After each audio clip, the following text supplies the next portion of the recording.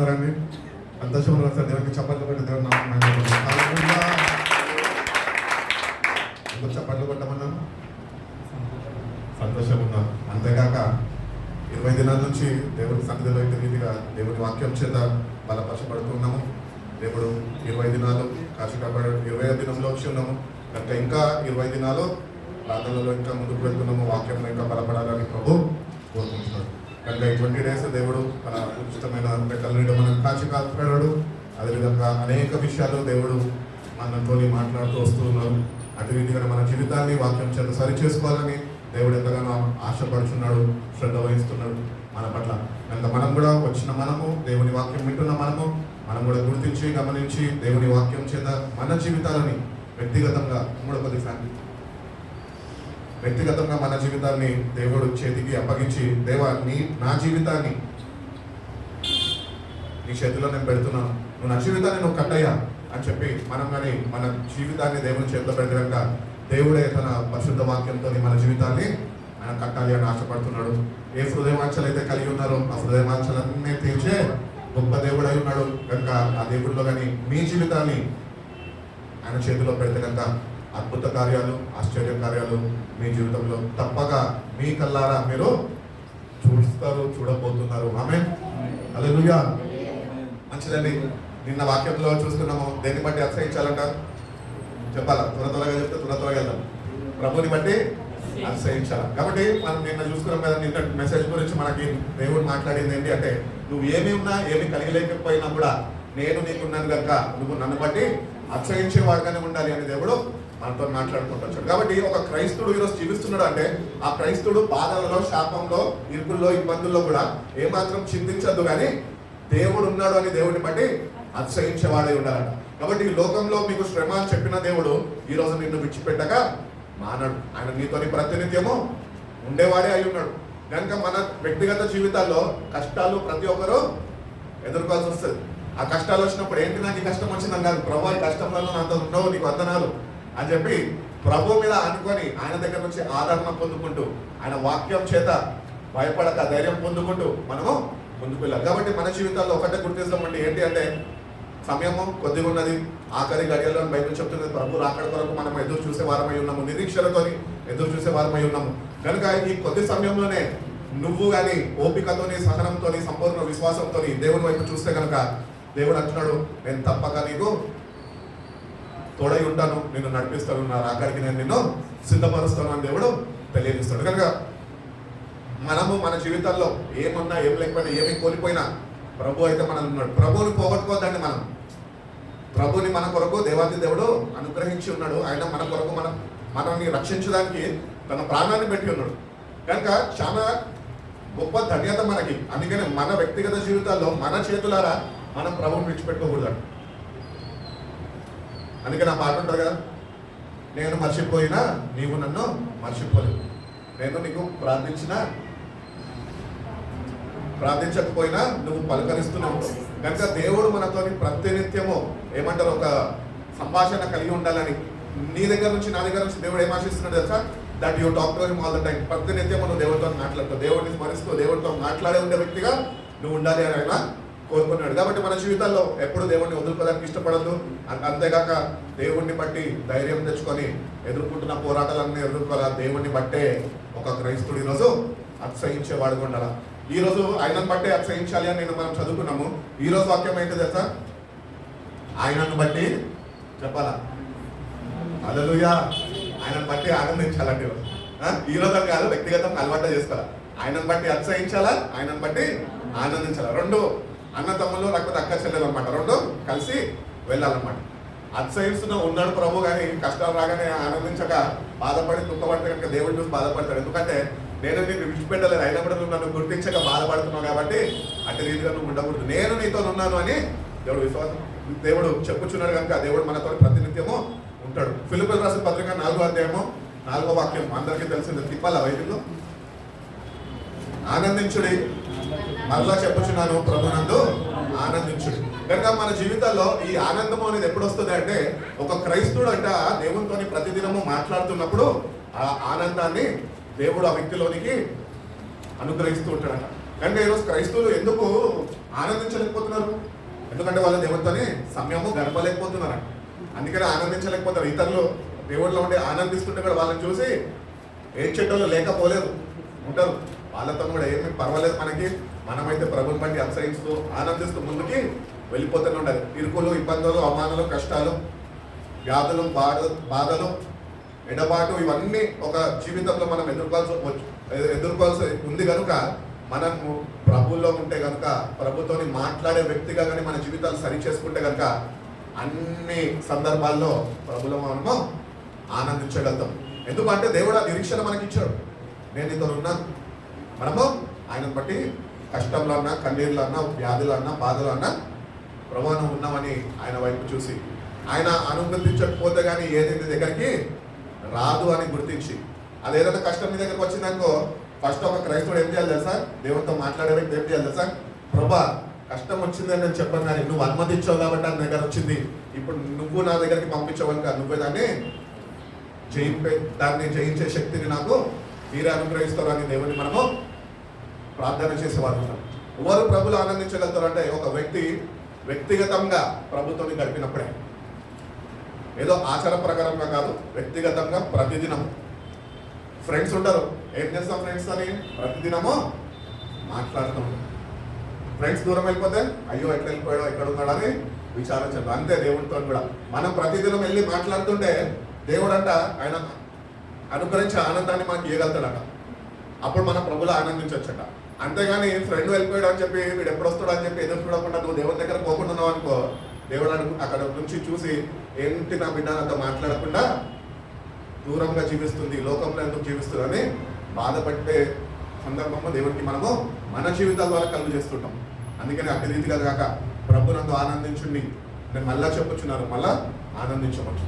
ఎందుకు ఒకసారి చెప్తే సరిపోతుంది కదా, 2 సార్లు ఎందుకు చెప్తున్నానంటే మనం చెయ్యాలి అని. మన ప్రభులో ఆనందిస్తూనే ఉండాలి. మనకి దేవుడు రక్షణ ఇచ్చాడు. 2000 సంవత్సరాల క్రితం కల్వరి శిలువలో నజరేయుడైన యేసు నీ కొరకు తన ప్రాణాన్ని అర్పించి ఉన్నాడు.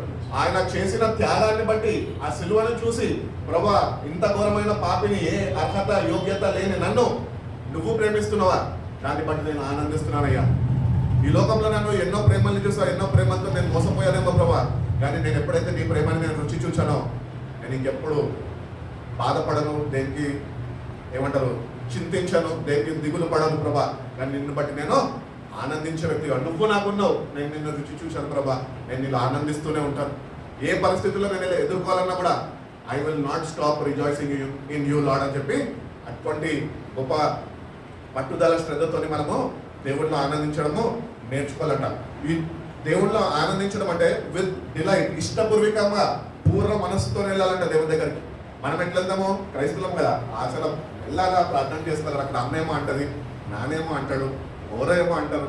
కాబట్టి వాళ్ళ ముందు ఒక మాదిరి ఉండాలి కదా అని చెప్పి వెళ్ళి ప్రార్థన చేసుకుంటాడు. అదే రీతిగా కదండి, నీ పూర్ణ ప్రియంతో వెళ్ళి ప్రభా ఈరోజు నేను నీ సన్నిధికి వస్తున్నా అని ప్రతిదినము అలవాటు చేసుకోవాలి. ప్రతిదినము నీ ప్రియుడు నీ కొరకు ఎదురు చూస్తున్నాడు. సంఘం కొరకు తన ప్రియుడు ఎదురు చూస్తున్నాడు అంట. కాబట్టి ఈ సంఘం అంటే ఏం చేయాలంటే తెలుసా? ప్రతిదినం వెళ్ళి ప్రియుడితో పలకరింపులు ఉండాలంట, మాట్లాడాలంట ఆయనతో. అది ప్రార్థన. మన అన్ని విషయాలు దేవుడికి చెప్పేవారంగా ఉండాలి. నువ్వు ఎప్పుడైతే ఏది దాపరికంగా లేకుండా నువ్వు అన్ని ఒప్పుకుంటావో చెప్పుకుంటావో అప్పుడు నువ్వు రక్షణ ఆనందాన్ని దేవుళ్ళు ఆనందించే విధానము నువ్వు నేర్చుకోగలుగుతావు. మనం కొన్ని ఇంట్లో చెప్పుతాము, కొన్ని దేవుడి దగ్గర చెప్పాము. కాబట్టి అటు రీతిగా మనం ఉంటే కనుక మన జీవితాల్లో ఒకటి సరి చేసుకోవాలి. ఏంటి అంటే నీ జీవితంలో ఏమేమవుతుందో, ఏమేమి ఎదుర్కొంటున్నావు ప్రతి ఒక్కటి ప్రభుత్వం చెప్పు. ఆయన ఎదురు చూస్తున్నాడు నీ గురించి. ఆయనలో ఆనందించమని చెప్తాడు. ప్రభునందు ఆనందించడం మళ్ళా చెప్పుచున్నాం, ప్రభునందు ఆనందించండి. కాబట్టి నువ్వు వ్యక్తిగతంగా నిజంగా ఆ ఆనందాన్ని నువ్వు పొందుకోవాలంటే కనుక వ్యక్తిగతంగా నువ్వు ప్రభు దగ్గరికి వెళ్ళి ఆయనలో ఆనందించడం నేర్చుకోవాలంట. అదే ప్రార్థన జీవితం, అదే ఉపవాసం ఉండడం. మన శరీరాన్ని నలగొట్టుకొని ప్రభు కొరకు, ప్రభు వాక్యం చేత మనం తృప్తి చెందడానికి అదే ఒక రక్షణ ఆనందం. దేవుడు ఎందుకు ఇచ్చాడు వాక్యాన్ని? వాక్యం చేత మన ఆత్మ బలపడాల, క్రీస్తు అనే బండ మీద స్థిరపడాల. వాక్యం లేకుండా మనం జీవించలేము. అందుకని నేను చెప్పుకుంటూ వచ్చాను కదా, ఒక దైవజనుడు అన్నాడు, ఒక క్రైస్తవుడికి ప్రార్థన అనేది ఊపిరి వంటిది. ఆ ఊపిరి అనేది దగ్గర లేకపోతే నీ ఆత్మ పరిస్థితి ఏంటి? ఈరోజు ఈ ఆత్మకు కావాల్సిన ఆహారము దేవుడి దగ్గర నుంచి పొందుకోక, దేవుడిచ్చే ఆనందాన్ని పొందుకోక, దేవుడిచ్చే ఆ శక్తిని పొందుకోక మనం జీవిస్తుంటే దేవుళ్ళు ఆనందించలేము. అందుకనే దేవుళ్ళు ఆనందించాలంటే ప్రతిదినం క్రమము పాటించాలా, ఉదయకాలం వేసి ముఖ దర్శనం చేసుకోవాలా, వాక్యం చదవాలా, దేవాలయం నాతో మాట్లాడు అని అడిగిన నువ్వు ఆయన మాట్లాడేంతవరకు ఎదురు చూసే ఓపిక సహనము కలిగి ఉండాలి. దేవుడే నిన్ను చూసినప్పుడు అనుకోవాలి, ఏమనుకోవాలి తెలుసా, అయ్యో బాబోయ్ వీటితో మాట్లాడకపోతే వీడు ఊరుకోడు, నా సన్నిధి నుంచి కూడా ఎక్కడికి కదలడు, కాబట్టి వీటితో నేను మాట్లాడతాను. అట్టి రీతిగానే మన జీవితాన్ని సరి చేసుకోవాలని దేవుడు కోరుకుంటున్నాడు. ఆయన వాక్యం చేత మన సమయాన్ని ఆయన సన్నిధిలో గడిపేవారు ఉంటారు. ఎప్పుడైతే ఆయన సన్నిధిలో మనం గడుపుతామో అప్పుడు ఆయనలో ఆనందించడం ఆయననే మనకు నేర్పిస్తాడు. ఎవరో నేర్పించక్కర్లే, ఎవరినో చూసి నేర్చుకోక్కర్లే, ప్రభువు చూడు. కల్వరి సిలువని ఒకసారి జ్ఞాపకం చేసుకో. ఒకసారి ఆయన శరీరం ఎట్లా దున్నబడ్డదో ఒకసారి చూడు. ఒక పిన్ని తీసుకొని గుచ్చి గుచ్చి గుచ్చి రక్తం గారి గుచ్చుతుంటే ఎంత నొప్పేస్తుంది, ఎంత బాధ కలుగుతుంది ఆ వ్యక్తికి. మరి ప్రభు నీ కొరకు నగ్నంగా అట్లా ఏలాడుతున్నాడు. నీ ఆత్మరక్షణ నిమిత్తమే ఆయన శ్రమను ఉందాడు. ఎందుకంటే ఆ శ్రమ ఆయన మీద వేసుకుంటే అంట ఆయనలో ఉన్న ఆనందం నీ దగ్గరకు వస్తుందంట. హల్లెలూయా. ఆ ఆనందాన్ని మనం కలిగి ఉండాలండి. ప్రభువుని బట్టి ఆనందించే వారిగానే ఉండాలి. ఈ లోకంలో ఎన్నో ఉంటాయి, ఎన్నో ఆకర్షిస్తాయి. అవి నీకు నిజమైన సంపూర్ణమైన ఆనందాన్ని ఇవ్వవు. నీకు ఆ ఆనందంలో 100 ఫుల్ఫిల్మెంట్ ఉండదు. ఎక్కడో ఒక దగ్గర ఏదో ఒక కొదువు ఉంటుంది.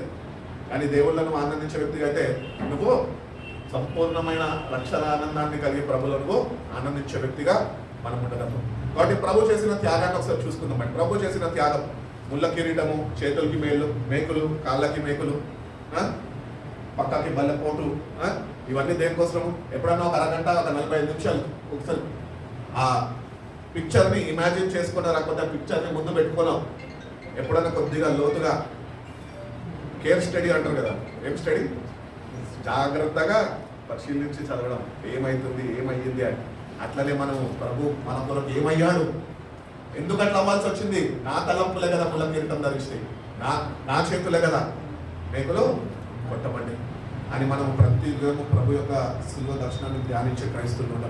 అప్పుడు నువ్వు ఆనందించడంతో, నువ్వు ఎప్పుడైతే శిల్వని నువ్వు ప్రతి దినము నువ్వు ఏమంటారు తలంచుతూ అది జ్ఞాపకం చేసుకుంటూ ఉంటే కనుక, శిల్వని జ్ఞాపకం చేసుకుంటుంటే నీ మీద ఏదైతే శాపము మోపబడి ఉన్నదో, పాపం అనే శాపం ఏమైతే మోపబడి ఉన్నదో, ఆ పాపం అనే శాపంని నువ్వు శిల్వని ధ్యానిస్తున్నప్పుడు, ప్రభు చేసిన గొప్ప కార్యాలను తలంచుకొని ఆయనలో ఆనందిస్తున్నప్పుడు నీలో నుంచి ఆ శాపం తొలగిపోతుందంట. హల్లెలూయా. అందుకనే శిల్వని ధ్యానించండి అని చెప్తారు పెద్దోళ్ళు. ఎందుకు చెప్తున్నారు? నువ్వేంటో నీ నిజ స్వరూపము, నువ్వేంటో నీ భాగవతం మొత్తము శిల్వ బయట పెడతాడు. అందుకనే మనం శిల్వని ధ్యానించాం. నువ్వు ఎట్లాంటి వ్యక్తివో దేవుడు శిల్వలో నుంచి నీకు తెలియజేస్తాడు. నీ హృదయంలో ఏముందో, ఏమి మార్చుకోవాలో, ఏమి మార్చుకోకుండా ఇంకా జీవిస్తున్నావో అవన్నీ నీ శిల్వలో నుంచి మాట్లాడుతున్నాడు. అందుకని మీరు ఏమి చేయించున్నారో వీళ్ళకి తెలియదు, వీళ్ళని క్షమించు తండ్రి అని అడుగుతున్నారు దేవుడు. కనుక ఈరోజు నువ్వు నేను మన జీవితాన్ని సరి చేసుకొని ప్రభు అనుగ్రహించే ఆనందము మనం కూడా కలిగి జీవించాలి అంటే కనుక మనము ప్రతినిత్యము ప్రతి దినము శిల్వని ధ్యానించే వారమై ఉండాలి. ఆయన చేసిన గొప్ప త్యాగం. ఆయన ఒకవేళ ఆ రోజు త్యాగం చేయకపోయి ఉంటే నువ్వు నేను పడాల్సిన శిక్ష మన మీద ఉండేది. మనం ఉండేటోళ్ళం కాదు. మనకు ఒక రక్షణ భాగ్యము దేవుడు ఇచ్చాడు. ఎందుకు? ఆయన శిల్వ మరణం ద్వారా. ఆయన నీ కొరకు ఆనాడు మరణించాడు కాబట్టి ఈనాడు నేటికి చర్చ్లో కూర్చొని, ఏ చర్చ్ అయితే ఏముంది, దేవుని యొక్క సంఘము, దేవుని యొక్క శరీరం కనుక నేటికి ఈరోజు మనం ఆయన కూర్చొని ఆయన ఆనందించగలుగుతాం, ఆయన స్తుతించగలుగుతున్నాం, ఆయన నామాన్ని మహిమపరచబడగలుగుతాం. ఎందుకు? ఆయన దేవుడు, దేవాది దేవుడే తను తగ్గించుకొని రిక్తుడిగా మార్చుకొని దాసుని స్వరూపము ధరించుకొని నీ కొరకు కల్వరి శిలువలో తను అప్పగించుకున్నాడు. ఎంత గొప్ప త్యాగము దేవుడికి. ఆ త్యాగాన్ని గుర్తించి, ఆ త్యాగాన్ని తలపోసుకుంటూ కృతజ్ఞతలై తగ్గించుకొని కన్నీటితోని విరిగిన మనసుతోని, ప్రభువా ఈరోజు నేను ఈ స్థితిలో నేను ఉన్నాను అంటే కేవలము నువ్వు చేసిన త్యాగమైన దాన్ని బట్టి నేను ఆనందిస్తున్నాను. నాకు రక్షణనిచ్చావు. ఈ రక్షణ నాకు లేకపోయి ఉంటే కనుక నైనా లోకంలో ఉన్న వాళ్ళగా లోకానుసారులుగా నేను జీవించి చనిపోయి నరకానికి వెళ్ళిపోతుండే. కానీ నన్ను ఆ నరకం నుంచి నువ్వు తప్పించడానికి కల్వరి సిల్వను నువ్వు కోరుకున్నావు ప్రభా. ఆ కల్వరి సిల్వను నువ్వు మరణించావు, పునరుద్ధాన శక్తితోనే తిరిగి లేచావు.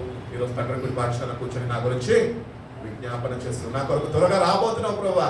దాన్ని బట్టి నేను ఎదురు చూస్తున్నా, ఆనందిస్తున్నా, అతిశయిస్తున్నా నీ నామంలో అని మనం కానీ నిజంగా వ్యక్తపరుస్తే, మన మన హృదయాన్ని, మన జీవితాన్ని ఆయన కొరకు ఎదురు చూస్తున్నామని అటు రీతిగా మనం దేవుడిని ప్రేమిస్తే కనుక దేవుడు నిత్యంగా తన రక్షణ మనకి అనుగ్రహిస్తాం. కాబట్టి ప్రతి ఒక్కరు ఒకటే గుర్తించండి, ఏంటి అంటే సిల్వను ధ్యానించండి. ఆ సిల్వ లోకాన్ని ప్రేమించి దేవుడు ఇచ్చాడు, కానీ లోకంలో నువ్వున్నావు నీ కొరకే నీ స్థానమైన కోరుకున్నాడు అని మనము ప్రతిదినం మనం జ్ఞాపకం చేసుకోం. ఆ సిల్వ మనం సరి చేస్తుందండి, ఆయన త్యాగం మనకు నేర్పిస్తుందండి. అందుకనే ధ్యానించడానికి ఇష్టపడరు. మార్పు కోరని ప్రజలు ఏం చేస్తారు? మారడానికి ఇష్టపడరు. మన జీవితాలు కూడా అట్లనే ఉన్నాయి. మార్పు అనేది అంత వద్దు మనకి, కానీ దేవుడు కావాలి. అట్లెట్లా వస్తుంది? అట్లా కుదరదు కదా. మరి నీకు మార్పు రావాలంటే దేవుని వాక్యం కూడా కావాలి, దేవుని మాటలు కూడా కావాలి. ఆ మాటలు ఏం చెప్తున్నాయి? దానికి లోబడుతున్నావా? దాని ప్రకారం జీవిస్తున్నావా? జీవితాన్ని సరి చేసుకుంటున్నావా? దేవుడిని అడుగుతున్నావా? ప్రభా నీ వాక్యంతో నా జీవితాన్ని నువ్వు కడుతున్నావా ప్రభా అని అడుగుతున్నామా? అడగాలండి దేవుడిని. దేవుడు అడిగితేనే చేస్తాడు, అడగకపోతే ఆయన ఏం చేయలేడు. నీ ఆచార భక్తి చిన్నప్పుడు ఇంట్లో క్రైస్తవ కుటుంబంలో పుట్టావు, నీకు ప్రార్థన అలవాటు చేస్తారు, వాక్యం చదివి ఎవ్రీ సండే చర్చికి పోవాలి, అదొకటే సరిపోదు క్రైస్తవుడికి. క్రైస్తవుడు ఎదగాలంటే దేవుల్లో వాక్యంలో ఎదగాల. ఎదుర్కొంటున్న ఈ లోకంలో వస్తున్న శ్రమల్ని ఎట్టి రీతిగా జయించాలో మమ్మీ భయం వేస్తుంది మమ్మీ అంటే, మమ్మీ అంటది 23 సార్లు చదువుకోరపు అంటది, కీర్తన 23. అట్టి రీతిగా మన క్రైస్తవ జీవితం ఉండకూడదు, కానీ వాక్యము చేత బలాన్ని పొందుకుంటూ లోకంలో ఎదుర్కొంటున్న ప్రతి ఒక్క శ్రమని మనము ఎదుర్కోవాలి, ధైర్యంతో ఎదుర్కోవాలి. దేవుని వాక్యంని సమృద్ధిగా కలిగి ఉండాలి. అందుకనే దేవుని యొక్క సిల్వని ధ్యానించాలి. ఆయన మాటకి శ్రద్ధ వహించి నీ జీవితాన్ని ప్రభాను మార్చు అని మార్పు కోరుకునే రీతిగా ఆయనకెళ్ళి నీ జీవితాన్ని నువ్వు సమర్పించుకుంటే కనుక దేవుడు తప్పకుండా నీ జీవితంలో ఒక గొప్ప కార్యం జరిపిస్తాడు. ఆ మార్పు అనేది నీ జీవితంలో కలుగుతుంది. కాబట్టి దేవుని దగ్గరికి సంతోషం వ్యక్తపరుస్తూ వెళ్ళాలండి. ప్రభా నేను వస్తున్నా, everyday I want to talk to you lord. నేను ఇంత ప్రతిదినము మాట్లాడు. ఇష్టమైన వ్యక్తులతో ఏం చేస్తామండి? ప్రతిదినము మాట్లాడడానికి ఎదురు చూస్తుంది, అంతేనా? అట్లనే ప్రభు కూడా మన కొరకు ఎదురు చూస్తుంది. బట్ ఆయన ప్రేమని ఈ రోజున గుర్తు చేస్తాం. మిమ్మల్ని అడుగుతా ఉన్నాను 20 days నుంచి, ప్రార్థన చేస్తున్నారా అమ్మా, ప్రార్థన చేసుకుంటున్నారా, వాక్యం ధ్యానిస్తున్నారా, ఎంతమంది చేస్తున్నారో చేయడం నాకైతే తెలియదు, కానీ మీ ముఖాలు చెప్తే నాకు రక్షణ ఆనందము, దేవుని ఆనందిస్తున్నారు ఎట్లుందో ఒక మాట చెప్పాలంటే. ఎందుకంటే ఆచార ప్రకారంగా చేసేటోళ్ళు ఒక రకం అయితే, ఇష్టపూర్వకంగా చేసేటోళ్ళు ఇంకొక రకము. ఇంకొక థర్డ్ బ్యాచ్ ఏంటి తెలుసా? మాకెందుకు లేని వదిలేసారు. ఏ బ్యాచ్లో ఉన్నాం ఈరోజు? నిజంగా దేవుని దగ్గరికి వెళ్ళి ప్రభావ నేను నీతో మాట్లాడడానికి ఇష్టపడుతున్నాడు అని నేను సిద్ధపరుచుకున్నాను. ప్రభా I want to talk to you and start my day loan అని నువ్వు అడుగు దగ్గర దేవుడే నీ దినాన్ని ప్రారంభింపజేస్తాడు. ఆయన నీతో నుండి నడుస్తాడు. దినం మొత్తం ఆయన కాచి కాపాడతాడు. ఆయన అనుగ్రహించే ఆనందాన్ని ఎక్కడ కోల్పోక, ఏ కష్టమైనా, ఏ ఇష్టమైనా, ఏ బాధ అయినా, ఏ పరిస్థితుల్లో ఉన్నా ఆయన నీతో ఉంటాడు కనుక నువ్వు భయపడక బిడ్డ, నేను నీ పక్కకున్నాను, నేను ఇచ్చే ఆనందాన్ని నువ్వు కోల్పోకు, కాపాడుకో, నేను నీతోనే ఉన్నాను ధైర్యపరుస్తుంది. అందుకని మనం ఇష్టపూర్వకంగా దేవుడి దగ్గరికి వెళ్ళాలి. ప్రతి ఒక్కరు అట్టి రీతిగా వెళ్తారు, ఎదురు చూస్తున్నాడు, వెళ్తాము అని ఎదురు చూస్తున్నాడు ఆయన దగ్గరికి. కాబట్టి ఆయన దగ్గరికి మనము ప్రతిదినము వెళ్ళాలా. ఎందుకు ప్రభులో ఆనందించాలా? ఆ రక్షణ భాగ్యం మనకిచ్చాడు. ఆ రక్షణ భాగ్యం మనకి ఇచ్చాడు. కాబట్టి రక్షింపబడ్డ మనము ఈ లోకంలో పడి తిరుగుతుంటే మనం ఆనందించలేమండి, దేవుడిచ్చే ఆనందాన్ని పొందుకోలేము.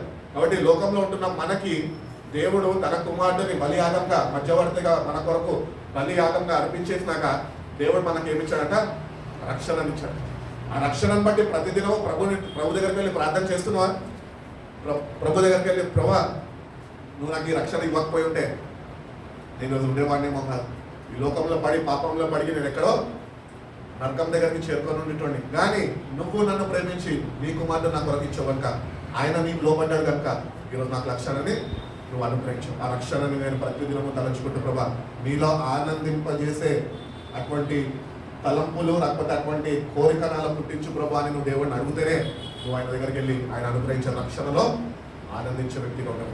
కాబట్టి ఈరోజు రక్షణ పొందుకున్న వారు దేవుడిలో ఏమాత్రమో ఆనందించలేని పరిస్థితుల్లో ఉంటున్నారు అని ప్రభు మాట్లాడుకుంటూ వచ్చాడు. ఎందుకంటే చాలా మంది ప్రభుత్వాన్ని సమయం గడపడానికి ఇష్టపడరు. ఆయన ఇచ్చిన రక్షణని శ్రద్ధ వహించి దాన్ని గమనించి కాపాడుకో. రక్షణ ఉచితంగా ఇచ్చాడు. ఉచితంగా ఏదైనా ఫ్రీగా ఇస్తే వాల్యూ ఉంటుంది దానికి. అదే భారీగా డబ్బు పెట్టుకుంటే అమ్మో జాగ్రత్తగా ఉంటాం. ఎంత జాగ్రత్తగా ఉంటామంటే ఏమైనా అయిపోతుందేమో, మళ్ళీ తిరిగి కొనుక్కోలేమో, అంత శ్రద్ధ వహిస్తాం. మన రక్షణ కూడా అంతే. ఒక మనిషి తన ప్రాణాన్ని పెట్టాడు నీ ప్రాణాన్ని రక్షించడానికి. ఆ ప్రాణాన్ని రక్షించిన దేవుడికి నువ్వు ఎంత శ్రద్ధ వహిస్తున్నావు? ఈ లోకంలో ఉన్నవన్నీ విలువైనవన్నీ కొనుక్కొని వాటి మీద చాలా శ్రద్ధ కలిగి ఉంటున్నావే, మరి దేవుడు అనుగ్రహించిన శ్రేష్టమైన రక్షణని ఎందుకు నిర్లక్ష్యం చేస్తున్నావు అని ప్రభు మాట్లాడుతున్నావు. వెళ్ళు ఈరోజు ప్రభు దగ్గర క్షమాపణ పొందుకో. ప్రభు చెప్పు, ప్రభు వినవిగాను రాకపోతే ఇప్పటి వరకు తిరుగుబాటు చేశాను, నన్ను ఆయన క్షమించిన ఆయన ఒప్పుకో. దేవుని దగ్గర దేవునితో మాట్లాడడం ప్రారంభించు. ప్రారంభంలో ఎట్లుంటుందండి ప్రేమ కథ? చెప్పాలా? కొద్దిగా మాట్లాడుకుంటాం, సరే మళ్ళీ కొద్దిసేపు మళ్ళీ మాట్లాడుకుంటాం, మళ్ళీ సరే. కానీ రాను ఏమవుతుంది, సమయము పొడిగింపబడుతూ ఉంటుంది. కొన్ని గంటలు మాట్లాడుకుంటూ ఉంటారు, అంతేనా? ప్రేమలో వాళ్ళకి అనుభవం ఉంటుంది కదా, చెప్పండి, అంతే కదా. అట్లనే ప్రభు కూడా ఏంటంటే వెళ్ళి అవసరం ఉన్నప్పుడు ప్రార్థన చేయడం కాదు, ఆయన ఇచ్చిన ఆనందాన్ని కలిగి ప్రభుతోని ముఖాముఖిగా ఆయనతో గడిపేవారు. ఆయనతోని గడుపుతున్నప్పుడు ఆయన ముఖంలో నుంచి మనం రహస్య పాపాలన్నీ మనకి ఆయన చూపెడుతుంది.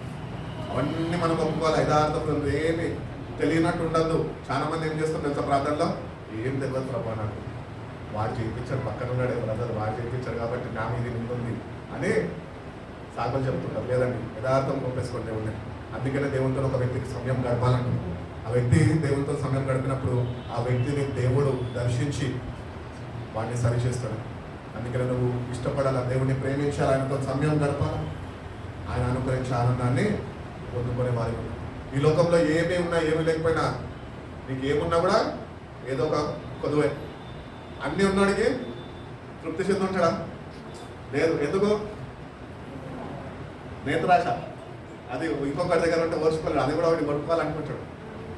వాడికి ఎప్పుడు ఏదో ఒకటి కావాలి. నరకం కూడా రావాలి అంటారు. అందుకనే కావాలి అన్నట్టు ప్రభు ఉన్నాడు, అది చాలు నాకు అని ఒక క్రైస్తవుడు ఉండాలి. ఆయన అనుగ్రహించే ఆనందంలో జీవించే భాగ్యం నాకు కూడా ఈ ప్రభు అని దేవుని అడగాలి. ప్రియ సంగమా, ప్రభునందు ఆనందించడము సంతోషించడము నేర్చుకోని ప్రభు చెప్తున్నాడు. ఆనందించడము సంతోషించడము అంటే ఈ స్పెషల్ క్లాసులు కాదు, వ్యక్తిగతంగా ప్రభుత్వని గడిపే విధానం. కాబట్టి ప్రభు దగ్గరికి రోజు వెళ్ళి ప్రభుత్వాన్ని మనము రోజు ప్రభుత్వం ఎంత సమయం గడుపుతున్నామని మనం సరిదిద్దుకొని ఆయనకి కొద్దిగా సమీపంగానే జీవిస్తాము అని ఒక తీర్మానం కలిగి శ్రద్ధ వహించి ఆయన దగ్గరికి ప్రతిదినము మనం వెళ్ళి కొద్దిగా సమయం కేటాయించే వారిగా మనము ఉండాలి. ప్రభుని బట్టి ఆనందించే వారిగానే ఉండాలండి. ఈ లోకంలో ఆనందం ఉంటుంది, ఈ రోజున్న ఆనందం రేపు ఉంటుందా? ఉండదు. కానీ ప్రభులో ఏ మార్పు ఉండదు. ఈ రోజు అనుగ్రహించిన ఆనందం ఏనాడైతే కల్వరి సిల్వలో మన శాపాన్ని కొట్టేసి మనల్ని ఆశీర్వదించడో, ఆనాడు ఏదైతే ఆనందము పరలోకంలో చెందారో, ఇదిగో నా ప్రియ కుమార్తె అని మాట గురించి ఏ మాట అయితే వచ్చిందో, దాని తర్వాత ఆయన మళ్ళీ తిరిగి దేవుని దగ్గర సన్నిధికి చేరినప్పుడు అన్ని నామం కన్నా పైనామం నుంచి అప్పుడు పరలోకం ఆనందించిందని. ఈరోజు దేవుని బిడ్డలుగా, దేవుని ప్రజలుగా, దేవుని సంఘంగా నువ్వు నేను జీవిస్తున్నామే, మనం ఆయన ఆనందిస్తున్నామా? ఈరోజు ఎక్కడికి వెళ్ళిపోయింది? ఎక్కడ పోగొట్టుకున్నావు? ఎవరు దొంగిలించేశారు నీ ఆనందాన్ని? ఈరోజు తిరిగి పొందుకో ప్రభు సన్నిధికి. అపవాది అంట దేవుడిచ్చే రక్షణ ఆనందాన్ని నువ్వు దొంగిలించాలని ఎదురు చూస్తుంటాడా? నువ్వు ఆనందంగా ప్రభులో ఉంటే కనుక వాడు ఓర్చుకోలేదంట. అందుకనే మనం ప్రార్థనలో మునియాడు, ప్రార్థన చేయలేడు, దేవునికి సమయమో కేటాయించాడు.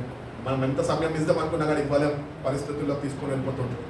అందుకనే మనము సరి చేసుకొని మననైనా ప్రేమించడం గుర్తించి మనము ఆయనని ప్రేమించే విషయంలో మనం కొద్దిగా కృషి చేసి, దేవా నేను వస్తున్నాను, నేను నిన్ను ప్రేమిస్తాను చెప్పు దేవుడికి.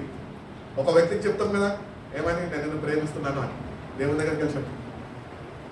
దేవుడు లోకాన్ని ఎంతగానో ప్రేమించడానికి చదువుకుంటాం. నువ్వు ఎప్పుడైనా పోయి ప్రభావ నేను నిజంగా నేను ప్రేమిస్తాను ప్రభావ చెప్పండి. అదే కోరుకుంటున్నాను నీ దగ్గర నుంచి. నువ్వు కానీ ఆసక్తిని కనపరిస్తే ఆయన ప్రేమ ఎంత గొప్పదో, ఆ ప్రేమ ఎంత శక్తి ఉన్నదో, ఆ ప్రేమలో ఆ శక్తితో నేను నింపుతూ నా బిడ్డ నన్ను ప్రేమిస్తుంది అని చెప్పింది కాబట్టి నేను బలపరుస్తున్నాను, నిన్ను బలపరుస్తాను. అందుకని దేవుని దగ్గరికి ప్రతిదినము మనము వెళ్ళి ఆనందించేవారుగానే ఉండాలి. దేని బట్టి ఆనందించాలని చెప్పాను? దేవుడు, తండ్రి అయిన దేవుడు ఆయన స్వరూపంలో చేసుకున్న మనని, పాపంలో పడిన మనని రక్షించడానికి తన కుమారుని మన కొరకు పంపించాలట. దేవుని బట్టి ఆనందించాలా, కుమారుని బట్టి ఆనందించాలి. మూడవ వ్యక్తి పరిశుద్ధ ఆత్మలో ఆనందించాలా. భక్తుడు చెప్తున్నాడు పౌలు, మీరు ఆత్మలో కూడా ఆనందించాలి. ఆత్మలో ఆనందం ఉన్నదా? రక్షణ నిజం ఉంటే కనుక, రక్షణ ఆనందం ఉంటే కనుక తప్పకుండా పరిశుద్ధాత్మలను ఆనందించే వ్యక్తిగా ఉంటాం. ఈరోజు పరిశుద్ధాత్మను పొందుకో అని చెప్తుంటారు. పొందుకునేది కాదండి, వస్తువు కాదు, ఆయన త్రిత్వంలో ఒక భాగం. కాబట్టి ఆ పరిశుద్ధాత్మలో కూడా మనము ఆనందించడము నేర్చుకోవాలి. ప్రభుని అడగాల, ప్రభా నీ పరిశుద్ధాత్మను నాకు అనుగ్రహించు, ఆ పరిశుద్ధాత్మ చేత నేను నీలో ఆనందిస్తాను ప్రభా. ఆ పరిశుద్ధాత్మ దేవుడే నిన్ను కానీ ప్రార్థనలో నడిపించక నీ అంతటా నువ్వు పోయి ప్రార్థన చేసుకొని వస్తే ఆనందించలేవు. అందుకనే నువ్వు ఆత్మలో ఉండి చేయాలంటున్నాడు మనం చేయాలని. అందుకనే మనం ప్రార్థన చేసినప్పుడు దేవుని అడగాలి, ప్రభా నీ ఆత్మతో నన్ను నడిపించు, నీ ఆత్మతో నీకు కలిసి నేను ప్రార్థన చేయడం నువ్వు నాకు నేర్పించు అని దేవుని అడిగినప్పుడు దేవుడు తన ఆత్మతోని మనని నింపుతాడు, బలపరుస్తాడు. అటు రీతిగానే ప్రార్థన గదిలోనికి పంపిస్తాడంట. ఈరోజు ఎందుకు పోము ప్రార్థన గదికి? ఆత్మ నడిపింపు లేదు, అందుకనే కాదు, అంతే కదా. మనకు తోచినప్పుడు క్రైస్తవం కాబట్టి ఎప్పుడో పోతాం, మన ఇష్టం. ఆ ఇష్టం కావాలా? సినిమా అదే చెప్తుంది కదా, నేను అనేటాడు చంపబడాలి, ఆయన అనేటాడు మనలో జీవించాలి. అందుకనే భక్తుడు అంటూ ఉంటాడు, బ్రతుకుట క్రీస్తే చావైతే అది నాకు, నాలో ఉన్నవాడు లోకంలో ఉన్నవాడు కన్నా గొప్పవాడు అంట. ఎందుకంటే it is the Holy Spirit it's leading them. అదే పరిశుద్ధాత్మదేవుడి నువ్వు వేడుకుంటే ప్రార్థనలో ఆ పరిశుద్ధాత్మదేవుడు నీకు కూడా అనుగ్రహింపబడుతుంది. అప్పుడు నువ్వు కూడా వెళ్ళి ప్రభువులో ఆనందించడము నేర్చుకోగలవు. నీ అంతటా నువ్వు ఆయనలో ఆనందించే వ్యక్తివి ఏమాత్రమో కాలేవు, ఉండలేవు. నీ లోక జ్ఞానం సరిపోదు. అందుకనే ఆత్మ పైనుంచి వచ్చే జ్ఞానము మనం పొందుకొని దేవుణ్ణి ఆనందించడము మనము ప్రారంభించాలా. అలవాటు ఉన్న వాళ్ళు ఇంకా బలపడాలా, అలవాటు లేని వాళ్ళు అలవాటు చేసుకోవాలా. నేటి దినం నుంచే మీరు చేయాలి అని మీ అందరికీ తెలియజేస్తాను. చేయండి, మీరే అనుభవించండి. అన్న కష్టాలు ఉన్నాయి కానీ ప్రభువులో ఆనందిస్తాను. అందుకని నిల్చుంటున్నా, నవ్విస్తున్నాను, నమ్మగలుగుతున్నా. వాక్యం అంటే యాక్చువల్లీ వాక్యం తమ్ముడు చెప్పాల్సింది, తమ్ముడికి కూడా ఇయ్యండి. ఈరోజు నేనే చెప్పాలా దేవుళ్ళో ఆనందించడం ఏంటో.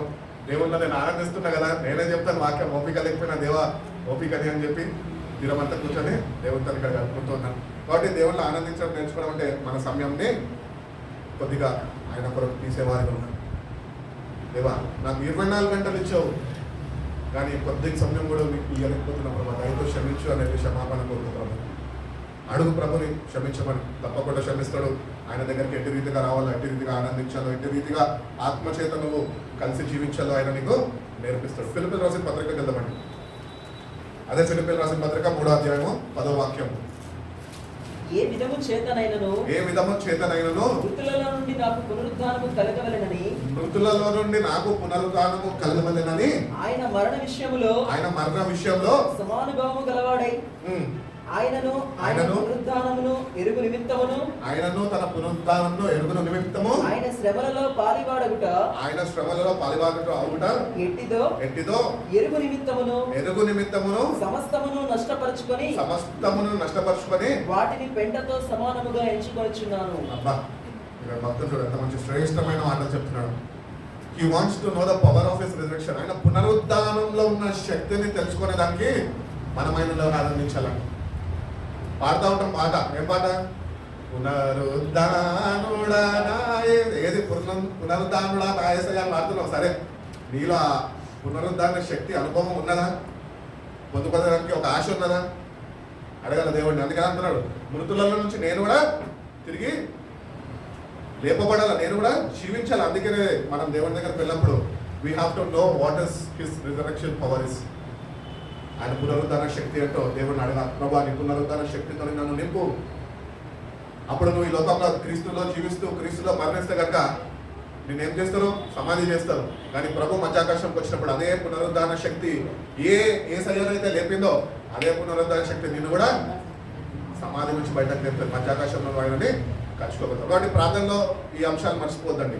ఒకటేమో ప్రభులో ఆనందించడం అడిగి నేర్చుకోవాలా, ప్రభు దగ్గర నిర్ధార్థంగా ఉండాలా. రెండోదిగా ఏంటంటే ప్రార్థనలో వెళ్ళినప్పుడు ప్రభువుని అడగాలంటే ఏమనంటే, ప్రభు నేను ప్రార్థనలోకి వెళ్తున్నాను కానీ దానికన్నా ప్రాముఖ్యంగా నా అవసరతలు కాదు కానీ నీలో ఉన్న గొప్పతనం ఏంటి, నీలో ఉన్న అద్భుతాలు ఏంటి, నీలో నువ్వు చేసే ఆశ్చర్య కార్యాలు ఏంటి, నువ్వు ఏ శక్తితోనైతే దింపబడ్డావో ఆ శక్తితోని నన్ను కూడా నేను నింపుతావు. కాబట్టి అది ఏంటో నాకు చెప్పు ప్రభు అని వివరించి ఆయన అడిగి తెలుసుకున్నాను. దేవుడిని అడగాలి, ప్రభు నీ పునరుద్ధాన శక్తి ఏంటి, అసలు అది పొందుకోవాలంటే నేను ఏం చేయాలి, అది పొందుకోవాలంటే విధానం ఏంటి నాకు నేర్పించు, నేను నేర్చుకుంటాను అని ప్రభు దగ్గర కూర్చుంటే కనుక he will teach you what is resurrection power is. ఆయన నీకు నేర్పిస్తేనే ఆ పునరుద్ధరణ శక్తిని నువ్వు కలిగి జీవించగలుగుతావు అని దేవుడు. అదేవిధంగా ఏమంటున్నాడు అంటే, I want to know Christ and the power of his resurrection and the fellowship of sharing in his suffering. అంటే ఆయన శ్రమలలో మనం కూడా పాలిభాగస్తులై ఉండాలి అని ప్రభు చెప్తున్నాడు. పాలిభాగస్తులై ఉండాలి అంటే మందిరానికి వస్తున్నాం కదా, నమ్మకంగా కార్యకరిస్తున్నాం కదా, ఇదే కదా నా వైపు నుంచి వచ్చే ఏమంటారు, నా సైడ్ నుంచి వచ్చే దేవుడికి చెల్లాల్సింది ఇదే కదా అనుకుంటారు. అది కాదు. దేవుడు అంటున్నాడు నువ్వు ఆయన శ్రమలలో పాలిభాగస్తుడు అంటే అమ్మా శ్రమలు పొందాలా. ఎవరైనా పెడతారేమో చూడాలి తెచ్చుకుని పోయి శ్రమలు పొందాలి అంటే మనని మనము నలగొట్టుకోవాలి, ఉపవసించాలా, ప్రార్థన చేయాలా. దేవా నా శరీరాన్ని నేను నలగొట్టుకుంటా ప్రభు, నీ నిమిత్తము. నువ్వు నా నిమిత్తం ఎట్లయితే నీ శరీరాన్ని అప్పగించుకున్నావో, వాళ్ళు నలగొట్టారో, నేను నా శరీరాన్ని నలగొట్టుకుంటా నీ సన్నిధి. నీ పునరుద్ధాన శక్తితో నన్ను నింపుతావని నాకు తెలుసు, అందుకని నన్ను నలగొట్టుకోవడానికి ఇష్టపడుతున్నా. ఉపవసించు, దేవుని సన్నిధిలో ఉపవసించు, ఏం పర్వాలేదు. దేవుడే శక్తిన. అమ్మో ఉపవాసమా అంటారు కొంతమంది. అమ్మో ఉప్మానా ఎప్పుడన్నా ఉన్నావా? లేదు, డేట్ తీసుకొని శుభ్రంగా తినడం అయితే తెలుసు. అంటే వీధిగా మనం ఉండద్దండి. దేవుని దగ్గరికి వెళ్తున్నప్పుడు నల్లగొట్టుకో శరీరాన్ని. ఆయన నల్లగొట్టుకున్నాడండి. ఆయన 40 దినాలు ఆయన స్వార్థ చేసినాక కూడా వచ్చి ఆయన ప్రార్థనలో గడిపాడు. గడుపు ప్రార్థనలో నల్లగొట్టుకోవడం అంటే అదే. మీరు తినకుండా ఉండలేదేమో నాకు తెలియదు, కానీ నాలాగా నేను ఒకటే చెప్తా, నల్లగొట్టుకోండి, మోకరించండి, సన్నిధిలో గడపండి. నిద్రపోతారు ఎంతసేపు? 11 నుంచి పొద్దున 4-5 వరకు. ఎందుకంటే 2 గంటలు కట్ చేసుకోలేవా నిద్ర? 3 గంటలు నిద్ర మానుకోలేవా? మోకరించి ఆయనతోని ఆ పునరుద్ధరణ శక్తితో నింపడానికి ఎదురు చూస్తున్నాడు. ఆయన నింపబడు దేవుని ఆత్మతో. ఆత్మ లేనివాడు నా వాడు కాదు అంటున్నాడు. ఎందుకన్నాడు? మిమ్మల్ని నేను ప్రేమించాను, నా ప్రాణంని అర్పించి మిమ్మల్ని నా సొత్తుగా మార్చుకున్నాను, విలువ పెట్టి మిమ్మల్ని కొన్నా అని చెప్పినాడు. ఈరోజు ఏమంటున్నాడు తెలుసా?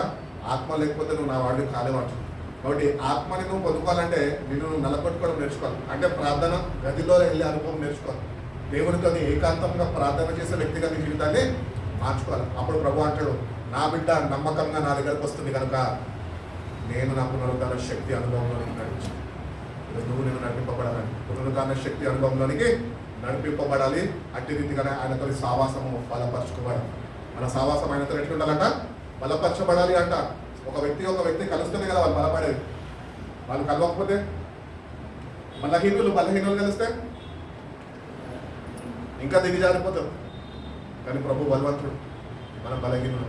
ఎల్లు ఆయన దగ్గరికి చెప్పు ప్రభుకి, ప్రభు బలహీనుడిని, ఎక్కువసేపు ప్రార్థనలో గడపలేను, మోకరించలేను, ఉపవాసం చేయలేను, అలవాటాలు లేవు, లోకంలో ఉన్న అలవాటాలన్నీ ఉన్నాయి, నువ్వు కోరుకున్న అలవాటాలు లేవు, నాకు నేర్పించు అని నువ్వు ఒప్పుకుంటే కనుక ప్రభుని నేర్పిస్తాడు.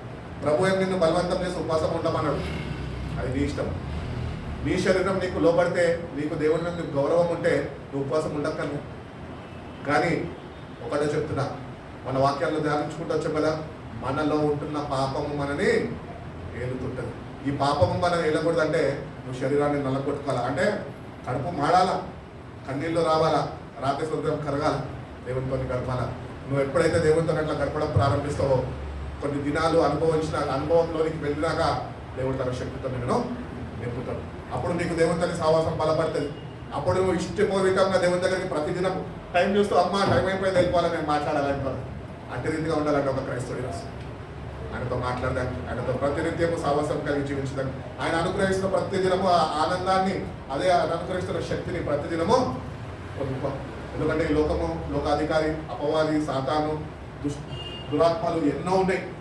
అవి మనిషిని ఏదో ఒక విధానంగా దేవుడి శక్తితో నింపబడకుండా అడ్డుకుంటుంటాయి. అవన్నీ గుర్తించి గమనించి క్రైస్తవులుగా మనం జీవిస్తున్నాం కనుక మేల్కొని ఈరోజు ప్రార్థన గదిలోకి వెళ్ళి ఆ శక్తిని మనము పొందుకోవాలి. మన సావాసాన్ని మనము బలపరచుకోవాలి అని దేవుడు తెలియజేస్తాడు. సో ఆయన శ్రమలలో మనము పాలుభాగస్తాడు. శ్రమలంతా చెప్పినా కదా, మోకరించాడు, ఆయనలో మోకరించాడు. అట్టి రీతిగానే ఆయన మరణంలో becoming like him in his death. అంటే ఈ లోకంలో ఏది వద్దు మనకి, కేవలం దేవుడు ఉంటే చాలు. లోకానికి సులువైపడాలి. అంటే లోకంలో ఏది కోరుకోక లోకానికి నువ్వు ఎట్లుండాలంట? చనిపోయిన వ్యక్తిగా ఉండాలంట, క్రీస్తులో జీవించేవాడు ఉండాలంట. హల్లెలూయా. మనం క్రీస్తులో జీవించే వారమై ఉండాలంట.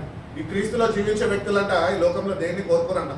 వాళ్ళకి తెలుసు ప్రభు ఏమి ఇయ్యాలో ఏమి ఇయ్యద్దో వాళ్ళకి తెలుసు. కాబట్టి వాళ్ళు ఎక్కువ దేన్ని బట్టి లోకంలో ఆశ్రయించారంట, కేవలం ఆయనను బట్టి ఆశ్రయిస్తారంట. ఎందుకంటే ఆయననే నా కోసం ప్రాణం పెట్టాడని వాళ్ళు రూఢిగా నమ్ముతున్నారంట, విశ్వాసం ఉంచారు. కాబట్టి ఆయన దగ్గరికి వెళ్ళాం, ఆయనతో వెళ్ళి దేవుడిని అడగాల, దేవా నీ మరణంలో నేను కూడా పారిభాగస్తుడై ఉంటాను ప్రభా. ఈ లోకానికి నేను సులువైపడడానికి ఇష్టపడుతున్న ప్రభా. అట్టి రీతిగా నా జీవితాన్ని నువ్వు మార్చు ప్రభా. అంటే ఆయన మరణము, పునరుద్ధానము, ఆయన శక్తి ఏంటో నేను నేర్పిస్తాను. దాంతో నేను నింపుతాడు, ధరింపజేస్తాడు. ఆ శక్తితోనే ధరింపబడాలి. ఈ లోకానికి చనిపోవాలా.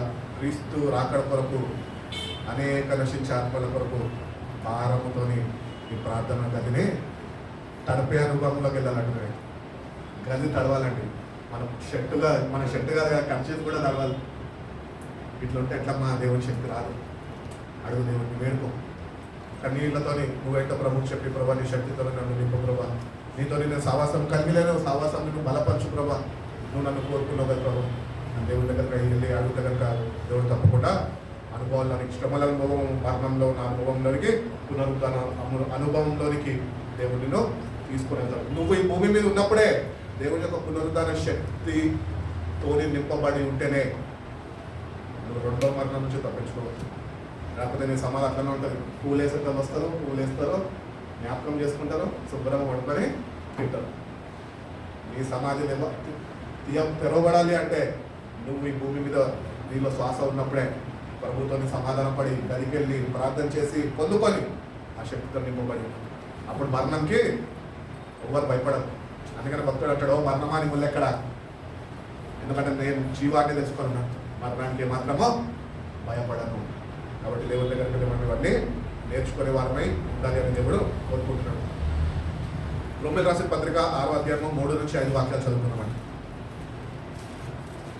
కొద్దిగా త్వరగా వెళ్దాం.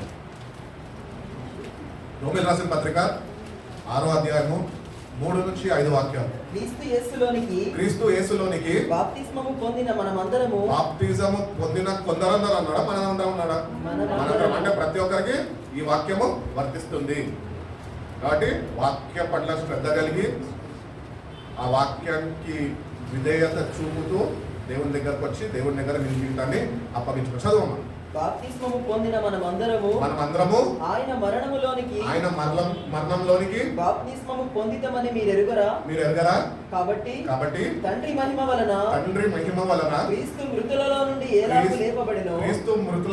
ఎలాగూ లేపబడెనో అలాగే మనమును నూతన జీవము పొందిన వారమై నడుచుకొనున్నట్లు మనము బాప్తిస్మం వలన మరణములో పాలు పొందుటకై ఆయనతో కూడా పాతి పెట్టబడితిమి. ఆయనలో కూడా మనం ఏం చేయబడ్డామంట? పాతి పెట్టబడ్డామంట. ఈరోజు నువ్వు దేవుడిని నమ్ముకున్న నువ్వు, పాతి పెట్టబడిన నువ్వు ఆయనకు తెలియకుండా మరణం నుంచి బయటపడి లోకంలో తిరుగుతున్నావు. జాగ్రత్త పడు. నువ్వు ఈ లోకానికి మరణించి ఉన్నావు, పాతి పెట్టబడ్డావు. ఆయన మరణించాడు, ఆయన సమాధి చేయబడ్డాడు. కాబట్టి ఈరోజు ఒక క్రైస్తవుడు గుర్తించి గ్రహించాల్సింది ఏంటి అంటే, ఈరోజు నేను ఆయనలో బాప్తిజం, ఆయన నామంలో బాప్తిజం తీసుకున్న నేను ఈరోజు ఈ లోకానికి సమాధి చేయబడి ఉండాలా. అనగా లోకంలో దేన్ని కోరుకోక, ఈ లోకంలో దేన్ని ఆశించక, లోకంలో నుంచి ప్రత్యేకమైన జీవితం జీవిస్తూ ప్రభు యొక్క పని ఏంటి, ప్రభు నన్ను ఎందుకు ఎన్నుకున్నాడు, ఏంటి నా పట్ల ఆయన ఉద్దేశాలు ఏవైతే కలిగి ఉన్నాడు, ప్రణాళిక ఏంటి, అవన్నీ తెలుసుకునే విషయంలో శ్రద్ధ వహించేవాడుగా ఉండాలంట. అది పాతి పెట్టబడే అనుభవం. పాతి పెట్టబడ్డ నిజం నేను బాప్తిజం అయితే తీసుకున్నాం, నీళ్ళల్లో ముంచాడు, బయటకు తీసుకుని వచ్చాడు, అయిపోయింది. కానీ నీ లోపల ఉన్న నీ సెల్ఫ్ ఏదైతే ఉందో, స్వయం ఏదైతే ఉందో, అది పాతి పెట్టబడ్డదా? ఒకరు పాతి పెట్టబడకపోయి ఉంటే కనుక, ఇంకా లోకంలో ఏదైనా కోరుకుంటుంటే కనుక దేవుని దగ్గరికి వెళ్ళి, ప్రభా నేను పాతి పెట్టాను, నీ నామంలో నేను పాతి పెట్టబడ్డాను లోకానికి, కానీ నేను జీవించలేకపోతున్నాను, నన్ను దయతో క్షమించు, నేను జీవించడం ప్రారంభిస్తాను ప్రభా, నేను నీలో జీవిస్తాను ప్రభా, ఈ లోకంలో జీవించడం మానేస్తాను ప్రభా అని యథార్థంగా దేవుడికి చెప్పు. దేవుడే నిన్ను కాపాడు. ఆయనలో పాతి పెట్టడం అంటే ఈ లోకంలో దేన్ని కోరుకోకుండా, అంటే ఇంకొంచెం విభజించి చెప్పాలి అంటే, మనకి ఏవైతే అలవాట్లు లేకపోతే ఆచారాలు ఇవన్నీ ఉన్నాయి చూడు, అవన్నింటిని విడిచిపెట్టి దేవుని వాక్యానుసారమైన జీవితము మనము కలిగి జీవించాలి. వాక్యానుసారమైన జీవితం కలిగి జీవించాలంటే నేర్పించేటప్పుడు ఒకటి ఉండాలి కదా. మరి ఉండాలంటే నువ్వంటూ క్లాస్ రూమ్కి వెళ్ళాలి కదా. మరి క్లాస్ రూమ్కి వెళ్ళకపోతే నేర్పించేటోడు ఏం చేయలేడు. అందుకనే ప్రార్థనకి వెళ్ళి దేవుడిని అడిగి, దేవా నీలో నేను పాతి పెట్టబడ్డా కానీ ఈ లోకంలో నేను జీవిస్తున్న ప్రభా, అంటే ఆయన క్షమించి ఇప్పటి నుంచి నేను నీ కొరకు ప్రత్యేకమైన జీవితం జీవిస్తున్న ప్రభా అని దేవునికి చెప్తే కనుక దేవుడు తప్పకుండా ఒక నూతన ప్రారంభము. ఈరోజు క్రైస్తవులు అనుకుంటారు, నేను నమ్ముకున్నాను కదా, జీవిస్తున్నాను కదా, ఆయనలోనే ఉన్నా అనుకుంటారు. ఆయనలో లేరు. సంఘం ఈరోజు ఆయనలో లేరు. సంఘం ఎక్కడుంది? లోకంలో ఉంది. మననే చెప్పాను కదా, సంఘంలోకి ఏమొచ్చిందంట? లోకం వచ్చిందంట. అంటే నువ్వునే. కాబట్టి నువ్వు ఈరోజు సంఘంలో ఉన్నావా, ఆయనలో ఉన్నావా, లేకపోతే లోకంలో ఉండే సంఘంలో కూర్చున్నావా? ఆలోచించు. ఆయనలో ఉండు. వెళ్ళాయన దగ్గర దేవుడు ప్రభా, నేను నీలో ఒక నూతన ప్రారంభించడానికి నీ దగ్గరికి వచ్చి ఉన్నా ప్రభా. నువ్వు నన్ను ప్రారంభించు ప్రభా. ఒక నూతన జీవితం నేను ప్రారంభిస్తాను. నీ కొరకు తీర్మానం చేసుకోలేదు. దేవుడు అదే కోరుకుంటున్నాడు ప్రతి ఒక్కరి దగ్గర. నీ దగ్గర నుంచి, నా దగ్గర నుంచి అదే కోరుకుంటున్నాడు. Start a new life that which pleases God. దేవుడి దృష్టికి అంగీకారమైన జీవితము కలిగి ఒక నూతన ప్రారంభం. పాత ఫిలిపు చచ్చిపోవాలా, కొత్త ఫిలిపు క్రీస్తులో బయలుదేరాలా, ప్రారంభించాలా. అట్టి రీతిగా ప్రారంభిస్తేనే నిజమైన రక్షణ ఆనందము, అప్పుడు నువ్వు ప్రభువులో ఆనందించడమో నేర్చుకోగలరు. Start a new living for Jesus. ఆయన కొరకు ప్రభా చెప్పండి ప్రభుకి. ఏమనంటే ప్రభా, ఆశ అయితే ఉందయ్యా నీ కొరకు నేను జీవించడానికి, కానీ జీవించలేను ప్రభా. ఉంటున్న శ్రమలు, ఉంటున్న కష్టాలు, ఉంటున్న శోధనలు బట్టి జీవించలేకపోతున్నా. కానీ నువ్వు నన్ను జీవింప చేస్తావు, నన్ను నూతన వ్యక్తిగా, నూతన ప్రారంభం నాకు ఇస్తావు. ఆ శక్తితో నన్ను నింపు ప్రభా. నేను I will start living for you lord. నువ్వు చెప్పొద్దే కనుక దేవుడు తప్పకుండా నీ జీవితంలో, ఈ పాత రోజుల జీవితానికి ఒక ముగింపు పలుకుతాడు. అంటే ఫుల్ స్టాప్ పెడతాడు. అలా ఆయన కొత్త చరిత్ర ప్రారంభిస్తాడు జీవితం. ఆ కొత్త చరిత్ర నువ్వు నేను అనుభవం ఉండడానికేనా, ఇంకెన్నడికి లోకంలో దేన్ని చూడక, ఇంకెన్నడూ లోకంలో దేన్ని కోరుకోక, కేవలం ఆయననే సర్వము, ఆయననే సమస్తము.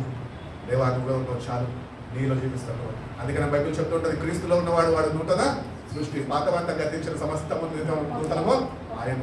కాబట్టి మనం నూతనంగా దేవుణ్ణి ఉండాలంటే, పాత మనిషి వచ్చేసి దేవుడి దగ్గర వచ్చి ప్రార్థన చేస్తే ఈ అనుభవాలను లేకపోతే కనుక వాడు ఎట్లా నూతనపరచబడతాడు? నూతనపరచబడడు. మనకున్న ఆలోచన విధానం ఏంటి? వెళ్ళి ప్రభు దగ్గర కన్నీళ్లు గార్చి ప్రార్థన చేసేసుకుని ప్రభా అని చెప్పేసి వచ్చేస్తే ప్రభు క్షమించడం మనం అనుకుంటాం. అది క్రమంగా, అదొక అలవాటు. క్రమం ఏంటో తెలుసుకో, క్రమం పాటించడం తెలుసు. అప్పుడు నువ్వు క్రీస్తు కొరకు నూతన ప్రారంభించగలుగుతావు. అట్లనే క్రీస్తు అనుగ్రహించే ఆనందాన్ని, పునరుద్ధాన శక్తిని, ఆయనతో సావాసాన్ని అన్నీ బలపరచుకోవాలి. అది బలపరచుకోకుండా నేను క్రైస్తవుడే కదా, ప్రార్థన చేసుకుంటున్నా కదా, ఇట్లా అంటే కనుక అనుభవాల్లోనికి నువ్వు ఎప్పుడు అనుభవాలకి పరిచయం కాదు, అనుభవాలు నీకు పరిచయం కాదు. కాబట్టి ఇప్పుడు కన్నా దేవుడు అడుగు, దేవుడు దేవా నీ కొరకు తీర్మానం చేసుకుంటున్నా, నూతనంగా ప్రారంభిస్తాను నా జీవితాన్ని, అన్ని విడిచిపెట్టేస్తా ప్రభు. కావాలంటే తల్లిదండ్రులను కూడా విడిచిపెట్టేస్తా ప్రభు. బైబిల్ అదే చెప్తుంది కదా, నన్ను వెంబడించిన వాడు వాడి తల్లిదైనను వాడి తండ్రినో ప్రేమించకూడదు. రోషం గలవాడైనా గుర్తిగా విలువలేమని గుర్తిగా రక్షణ ఇవ్వాలి. నువ్వు నీ పూర్ణ హృదయంతో ఆయన ప్రేమిస్తున్నావా, ఆయన చెప్పి మాటలో పడుతున్నావా, ఆయన అనుగ్రహించే శక్తిని పొందుకుంటున్నావా, ఆయన అనుగ్రహించే రక్షణలో ఉన్నావా, ఆయన అనుగ్రహించే ఆనందాన్ని కలిగి జీవిస్తున్నావా? కలిగి జీవించాలని దేవుడు తెలియజేస్తాడు. కాబట్టి మన జీవితంలో ఒక ప్రార్థన చేసుకోవడంలో తప్పులేదు. అందరూ చేసుకుంటారు, మీరు అందరూ మంచివాళ్ళు నాకు తెలుసు, ప్రార్థన చేసుకుంటారని కూడా నాకు తెలుసు. కానీ నేను ఒకటే మీకు తెలియజేయాలనుకుంటున్నాను. ఏంటిది సార్? పాత వ్యక్తి పాత ప్రార్థనలు చేయడం కాదు, కానీ కొత్తగా నూతనంగా క్రీస్తు కొరకు నేను జీవిస్తాను అని నూతన విధానము నేర్చుకోలేదు. నేను ఈ ప్రార్థన జీవితము విధానము మారాలా? క్రైస్తువులకు అలవాటు పాత జీవితమే. మా చర్చలో కొంతమంది ఉండేటోళ్ళు ఏంటంటే ఫ్రైడే ఫాస్టింగ్ ప్రేయర్ రాగానే ప్రార్థన చేయడమ్మా అంటే ఆ ప్రార్థన విని విని విని విని విని మాకు అలవాటు అయిపోయిందమ్మా. టేప్ రికార్డర్ ఆన్ చేస్తే క్యాసెట్ ఎట్లయితే స్టార్ట్ అయ్యి ఎండ్ అవుతుందో అట్లనే ఒక్క పొల్లు కూడా ఎక్కడ పోదనమాట. అదే ప్రార్థన కొన్ని సంవత్సరాలు, కొన్ని నెలల నుంచి అలవాటు ప్రకారం, ఆచార ప్రకారం ఉందండి. సజీవమైన దేవుని దగ్గరికి వెళ్తున్నాం. ఆయన అనుగ్రహించే శక్తిని పొందుకుంటూ, ఆయన అనుగ్రహించే కృపావరాలు పొందుకుంటూ ఆయనలో జీవించడము నేర్చుకోవాలి. ఆయనలో జీవించి ఆయనలో స్థిరపడే వారిగా మనం ఉండాలి అని దేవుడు కోరుకుంటారు. మూడవగా మనం వెళ్ళమండి కొలసీలు రాసిన పత్రిక 2వ అధ్యాయము 12వ వాక్యం. కొలసీలు రాసిన పత్రిక 2వ అధ్యాయము 12వ వాక్యం. మీరు బాప్తిజం నందు ఆయనతో కూడా పాతి పెట్టబడిన వారై దేవుని ప్రభావం నందు విశ్వసించుట ద్వారా ఆయనతో కూడా లేచితిరి. 13 చదవండి. మన అపరాధం వలన ఇక్కడే క్రైస్తవులు తప్పిపోతారనమాట. శరీరం అందు ఏం పొందాలంట? సున్నతి పొందాలంట. మీరు మృతులై ఉండగా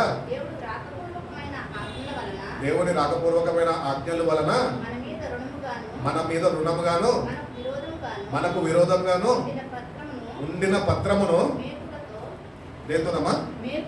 మేకులతో సిలువకు కొట్టి దాని మీద చేరాతని తుడిచివేసి మనకు ఏమీ అర్థం లేకుండా దాన్ని ఎత్తివేసి అపరాధములన్నింటినీ క్షమించి అబ్బా, ఇదే నూతన జీవిత ప్రారంభం అండి. సో మన మీద ఏదైతే పాపము అనే ఆ భారము మీద మన మీద ఉన్నదో, మనకి ఏదైతే శిక్ష విధి మనం పొందుకోవాలో అవంతా ఆయన మీద వేస్తాడంట తండ్రి. ఆయన మీద వేసి మనని క్షమించి ఈరోజు మనం ఏం కోరుకుంటున్నాడు తెలుసా? ఆయన కొరకు ఒక నూతన వ్యక్తిగా నువ్వు ఆయన కొరకు జీవిస్తావు. కాబట్టి ఈరోజు ఇంకా నీ పాత జీవితం మారకపోతే కనుక నువ్వు ఇంకా దేవుణ్ణి కలిగలేవు, క్రైస్తవుడుగానే ఉండిపోతాం. లోకంలో అందరు క్రైస్తవులు ఎట్లున్నారు అట్లనే ఉంటారు. లేదు, క్రైస్తవులు ఎట్లుండాలా? ఆత్మ చేత నడిపింపబడే క్రైస్తవులు. మనం పరిశుద్ధాత్మ నడిపింపులో ఒక క్రైస్తవుడు ఈరోజు ఉంటాం. వాటి దేవుని దగ్గరకు వస్తున్నప్పుడు ఆయనలో మనల్ని జీవింపజేశాడు. ఒకవేళ ఆ పత్రం కానీ సిలువ కొట్టబడకపోయి ఉంటే, ఆ పత్రం మీద ఉన్నది కానీ తుడపకపోయి ఉంటే కనుక ఆ శిక్షా విధి అనేది నీ మీద నా మీద ఉండేది ఈరోజు. కానీ ఆ శిక్షకి మనం లోను కావద్దని తండ్రి ఏం చేశాడంటే కుమారుడిని పంపించి కుమారుడిని ఆ చెక్క సిలువకి వేలాడదీసి మన మీద ఏదైతే శిక్షా విధి రాసి ఉన్నదో అంతా ఆయన రక్తంతో చెరిపివేశాడంట. నీకు ఒక నూతన ప్రారంభం ఇచ్చాడంట. అప్పుడు నువ్వు క్రీస్తులో నువ్వు జీవించే వ్యక్తిగా ఉన్నావు. వాటి ఈరోజు మనం అనుకుంటుంటాం క్రైస్తవం కదా, మేము క్రిస్టియన్స్ అని గర్వంగా చెప్పుకుంటున్నాం. ఏం క్రిస్టియన్? ఏం మాదిరి ఉన్నది?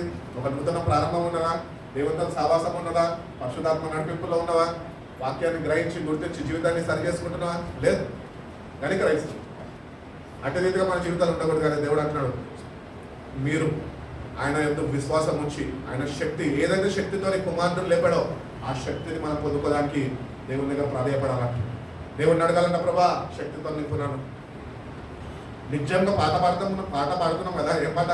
బ్రదర్ పాడాడు, ప్రార్థనా శక్తి నాకు కావాలయ్యా. పాట పాడేస్తే బాగుంది.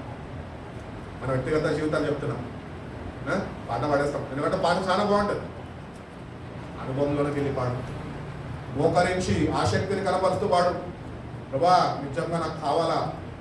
ఆనాడు నువ్వు నన్ను ఆశీర్వదిస్తే కానీ నేను విడవను అని ఎవరు చెప్పాలా? నిన్ను రాత్రంతా దేవుడితో ఏం చేశాడంట? పెరుగులాడాడు. ఎవరు? యాకోబు. అట్టి రీతిగా నువ్వు కూడా వెళ్ళి దేవుడిని అడుగుతానే, ప్రభా ప్రార్థన శక్తి నాతో నింపాలంటే పెరుగులాడు దేవుడితో. రాత్రంతా గడుపు, ఉదయకాలంనే బలంతో నింపుతాడు. ఈరోజు కాకపోయినా రేపైనా నీ శ్రద్ధని గమనిస్తూ ఉంటాడు. ఎంత ఆసక్తి కనపరుస్తుంది నా బిడ్డ అని చెప్పి చూసి దాన్ని బట్టి నింపుతాడు. అర్హత కలిగి ఉందా? అర్హత కలిగి లేడా? ఒకటి అర్హతను కోల్పోకు, వెళ్ళు నేర్చు, అడుగు దేవుడిని. పర్వాలేదు, ఒక 3 రోజులు ఎవరితో మాట్లాడకపోతే పర్వాలేదు, కానీ శక్తిని అయితే కొనుక్కోవడం మాన. దేవుని దగ్గర దేవుని శక్తి నాకు, ఈ శక్తితో నన్ను నింపు. నువ్వు నన్ను నింపితే కనుక నేను నీ కొరకు జీవిస్తాను. ఈరోజు దేవుడు మనకి ఆయన శక్తితో నింపకపోతే కనుక మనం ఆయన కొరకు ఏమాత్రమో జీవించదు. అందుకనే ప్రభు ఒక మాట అంటాడు, మీరు నన్ను కోరుకోలేదు, నేను మిమ్మల్ని కోరుకోను. మనము ఎటువంటి పరిస్థితుల్లో ఉన్నాము అంటే దేవుడు అంటే అక్కర్లేదు, మనకి దూరం ఉంటాం. ఎందుకంటే ఆయన క్రమం పాటించమంటాం, ఆయన వాక్య ప్రకారం జీవించాలంటారు. అందుకనే మనకి ఇష్టం లేదు. అందుకని మన ఇష్టానుసారంగా మనం జీవించడానికి దేవుడు నన్న వదులుకొని దౌర్భాగ్య స్థితిలో దిగజారిపోయి ఉన్నాం. అట్టి రీతిగా కాక దేవుని దగ్గరికి అడగాల, దేవుని ప్రభావ నీ శక్తితో నన్ను నింపు. విశ్వాసంతో నీ దగ్గరకు వచ్చాను. నీ కుమారుడు అట్టి రీతిగా అయితే నా కొరకు నా స్థానంలో నా పాప శిక్ష విధిని బట్టి ఆయనని నువ్వు శిక్షకి లోను చేసి నన్ను ఆయనలో జీవింపజేసావు. కాబట్టి ఈరోజు నేను ఆయనలో జీవిస్తున్నాను, లేకపోతే జీవించబోతున్నాను, లేకపోతే జీవించడం ప్రారంభిస్తాను అని ఎవరైతే అంటారో వాళ్ళు ఒక్కటే ఏంటంటే ఆ శక్తిని కనపరచాలా, శ్రద్ధని కనపరచాలా, పట్టుదలని కనపరచాలా. ప్రభా మోకరించున్నాను, విడువు కన్నీళ్ళు శక్తితో నింపేంత వరకు ఉండాల్సిందే. ఆయన నింపడానికి బయలుదేరుతారంట పరలోక రాజ్యం నుంచి. ఆయన ఇంకా వస్తూ వస్తూ వస్తూ వస్తూ ఉంటే ఇంకా కొద్దిసేపులో నీ దగ్గరకు వస్తున్నాడు. అప్పుడే మనం ఏం చేస్తామంట తెలుసా? ప్రార్థన ముగించుకొని ఆమె ప్రభావం పెట్టిపోతుంటాం. అంత శ్రద్ధ దేవుడు అంటే మనకి. అట్టి రీతిగా మన జీవితాల్లో ఏమాత్రమో ఉండడానికి వీల్లేదు అని దేవుడు కోరుకుంటాం. కాబట్టి మనని దేవుడు క్రీస్తులో జీవింపజేస్తాడు. మరణంలో ఉన్న మనని జీవంలోనికి, ఆయనలోనికి నడిపించి ఉన్నాడు. కాబట్టి rejoice in his power, rejoice that your sins are forgiven. నీ పాపాలు క్షమించబడ్డాయి అని సంతోషించాలి. ఆయన start new life or beginning, ఒక నూతన ప్రారంభమా లేకపోతే నూతన ప్రారంభ విధానము కలగాలంట. ఏదో వస్తున్నామో క్రైస్తవులుగా ఉంటున్నామో వెళ్ళిపోవడం కాదు, కానీ స్టార్ట్ ఈ రోజు నుంచి ప్రారంభిస్తాం, దేవుని కొరకు జీవిస్తాం. పేతురు రాసిన మొదటి పత్రిక 4వ అధ్యాయము 1 నుంచి 2 వాక్యాలు. 1 Peter chapter 4 verses 1 and 2.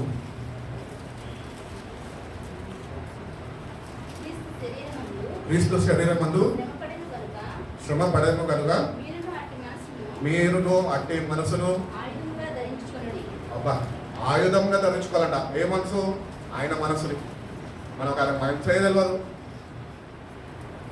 మనసు లేని వ్యక్తి, మనసు లేని ప్రేమ లేని వ్యక్తితో పోయి మాట్లాడగలుగుతామా?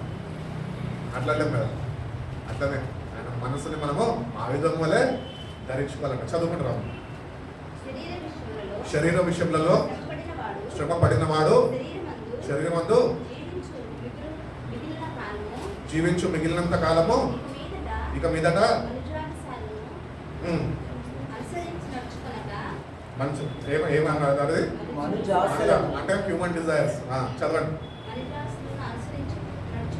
నడుచుకొనక దేవుని ఇష్టానుసారంగానే నడుచుకున్నట్లు పాపంతో నీకు ఏ సంబంధం లేకుండా ఉండనమాట. కనుక ఈరోజు పాపంతో నీకు సహవాసం ఉండదా? నువ్వు పాపంతో సహవాసం అంటే నువ్వు శరీరంలో ఇంకా నలగొట్టబడలేదు, నువ్వు ఇంకా లోకంలో ఉన్నావు. నువ్వు లోకంలో ఉన్నప్పుడు నువ్వు ఈ పాపం నీ దగ్గర రాకూడదు. నువ్వు పాపంతో ఏ పొత్తు నాకు వద్దు, ఇంకా ఏ తెగింపులు నాకు కావాలా అని చెప్పేసి ఎట్లయితే నువ్వు ఇష్టపడతావో అప్పుడు నువ్వు దేవునితో కలవదు. ఇంకా పాపంకి నీకు ఏ సహవాసము ఉండదు. ఇంకా పాపంతో నీకేం పర్లేదు, పాపంకి నీతో ఏం పర్లేదు. ఎందుకంటే నువ్వు దేవుణ్ణి కలిగి చూపిస్తావు. మనం దేవుణ్ణి కలిగి చూడాలి. Live to do the will of God. మనం ఈరోజు ఎందుకు బ్రతకాలి అంటే దేవుని యొక్క చిత్తం అంటే దాని కొరకు మనం బ్రతికేవారమండి. మన జీవితంలో చాలా మంది చెప్తూ ఉంటాం, ఏమని తెలుసా? ఏంటో అండి దేవుని చిత్తం. దేవుని చిత్తం అసలు నీకు తెలియదు, కానీ దేవుని చిత్తము అని ఎంత మాట్లాడుతున్నావు? ఫస్ట్ నువ్వు నల్లగొట్టబడ్డవా? నువ్వు పాపం నుంచి ఏమీ సహవాసం లేకుండా తెగుపులు పొందుకొని ఉన్నవా? నువ్వు క్రీస్తులో ప్రత్యేకించబడి నూతనంగా నీ జీవితాన్ని ప్రారంభించవా? అప్పుడు దేవుని చిత్తం ఏంటో తెలుస్తుంది. అంతేగాని నువ్వు పాపంలో ఉండి పాపం నేను వెళ్తుంటా ఇవన్నీ గుర్తించగా గ్రహించగా దేవునితో సహవాసం లేక పరిశుద్ధాత్మ అనుభవం లేక శక్తి పొందుకోక దేవుని చిత్తం గురించి మాట్లాడే అధికారం ఓడించండి నువ్వు. అందుకని దయచేసి పొరపాటు ఉంది. దేవుడి పేరు ఇక్కడ విస్తృతిగా మాట్లాడారు. జాగ్రత్తగా దేవుని చిత్తం ఏంటో నాకు బయలుపరచు అని నువ్వు ఆయన సన్నిధిలో వచ్చి ఉంటే ఆయననే ఆయన చిత్తం ఏంటో నీకు చెప్తాడు. ఆయన దాసులకు చెప్తాడు, వాళ్ళ ద్వారా నీతో మాట్లాడతాడు. కాబట్టి నువ్వు వ్యక్తిగతంగా మోకరిస్తే ఆయన నీతో కూడా మాట్లాడతాడు. ఆయన చిత్తం ఏంటో ఆయన నీకు తెలియజేస్తాడు అని దేవుడు చెప్తాడు. కాబట్టి మనం ఈ జీవితంలో జీవిస్తున్నాము, కానీ జీవించడం నేను కాదు, క్రీస్తునాలో జీవించే మాట ప్రకారము ఈరోజు సంఘము జీవించాలంట. అంటే మనము అట్టి రీతిగా ఏమంటారు శ్రద్ధ వహించి నేను కూడా క్రీస్తు కొరకు జీవించాలా అని ఏవైతే ఉన్నాయో అవన్నీ విడిచిపెట్టేసి ఈరోజు ఆయనలో జీవించడం ప్రారంభించాం. వాక్యం చదువుకుంటూ వాక్యం చేత ప్రతినిత్యము నూతన దేవుని కట్టడాలు నేర్చుకుంటూ దాని ప్రకారం ఏవేవైతే మన జీవితంలో విడిచిపెట్టుకోవాలో ఆ వాక్యాన్ని పొందుకుంటూ ఉండాలా, మనలో ఉన్నవన్నీ తొలగించుకుంటూ ఉండాలి అని దేవుడు కోరుకుంటాడు. కాబట్టి దేవుడు ఈరోజు నీ దగ్గర నుంచి నా దగ్గర నుంచి ఒకటే ఆశిస్తున్నాడు. ఏంటి తెలుసా? నువ్వు నన్ను ఆరాధిస్తున్నావు సరే, నాకు ప్రార్థన చేస్తున్నావు సరే, సన్నిధికి వచ్చి కానుకలిస్తున్నావు సరే, అవన్నీ దానికన్నా ప్రాముఖ్యంగా నువ్వు నా కొరకు జీవించాలని కొరకు ఈరోజు నిన్ను జీవింపజేయాలని, నిన్ను మరణం నుంచి తప్పించాలని ఆయన ప్రాణాన్నే అర్పించేశాడే. ఎందుకు జీవించలేకపోతున్నావు? ఆయన గురించి కొద్దిగా శ్రద్ధ.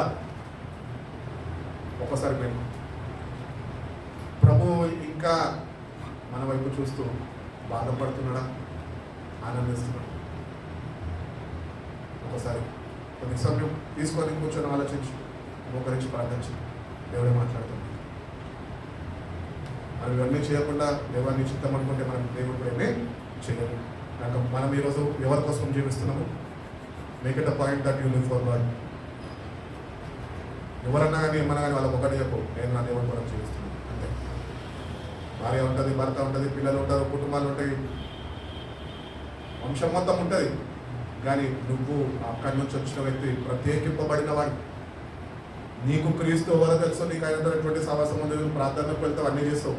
కానీ నువ్వు ఆయన కొరకు ఒకవేళ జీవించలేని స్థాయిలో ఉంటే కనుక ఈరోజు దేవుని దగ్గర చెప్పు, దేవునికి ప్రభావ నేను నీ కొరకు జీవించడం ప్రారంభిస్తాను, నాకు సహాయం చేయండి, ఆయన ఎట్టి రీతిగా జీవించాలని కొరకు నాకు నేర్పించు, నన్ను నడిపించు అని నువ్వు అడుగుతాడంటే దేవుడు తప్పకుండా సహాయం చేస్తాడు. ఆయన చేపట్టి నిన్ను నడిపిస్తాడు. తిమోతి రాసిన రెండో పత్రిక తిమోతి రాసిన రెండో పత్రిక 2వ అధ్యాయము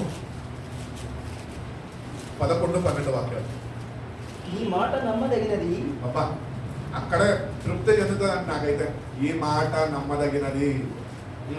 ఏదనగా మనం ఆయనతో కూడా చనిపోయిన వారమైతే. ఆయనతో కూడా చనిపోయిన వారు అన్నాడా, వారు అయితే అన్నాడా? అంటే ఇంకా మనం చనిపోలేదు అని అర్థం. అర్థమవుతుందా? అర్థమవుతుంది కదా. సో ఇంకా మనం చనిపోలేదు, కానీ చనిపోయి ఈ రోజు నుంచి నా లోకానికి చనిపో, ఆయనలో జీవించు. చదవమా. మనం ఆయనతో కూడా చనిపోయిన వారమైతే అయితే ఆయనతో కూడా బ్రతుకుదాము. ఆయనతో కూడా బ్రతుకుతాము అంటే యుగ యుగాలు ఈ భూమిని విడిచిపెట్టాక ప్రభుత్వాన్ని ఆ నిత్య రాజ్యంలో బంగారు వీధులలో తిరగలుగుతాం.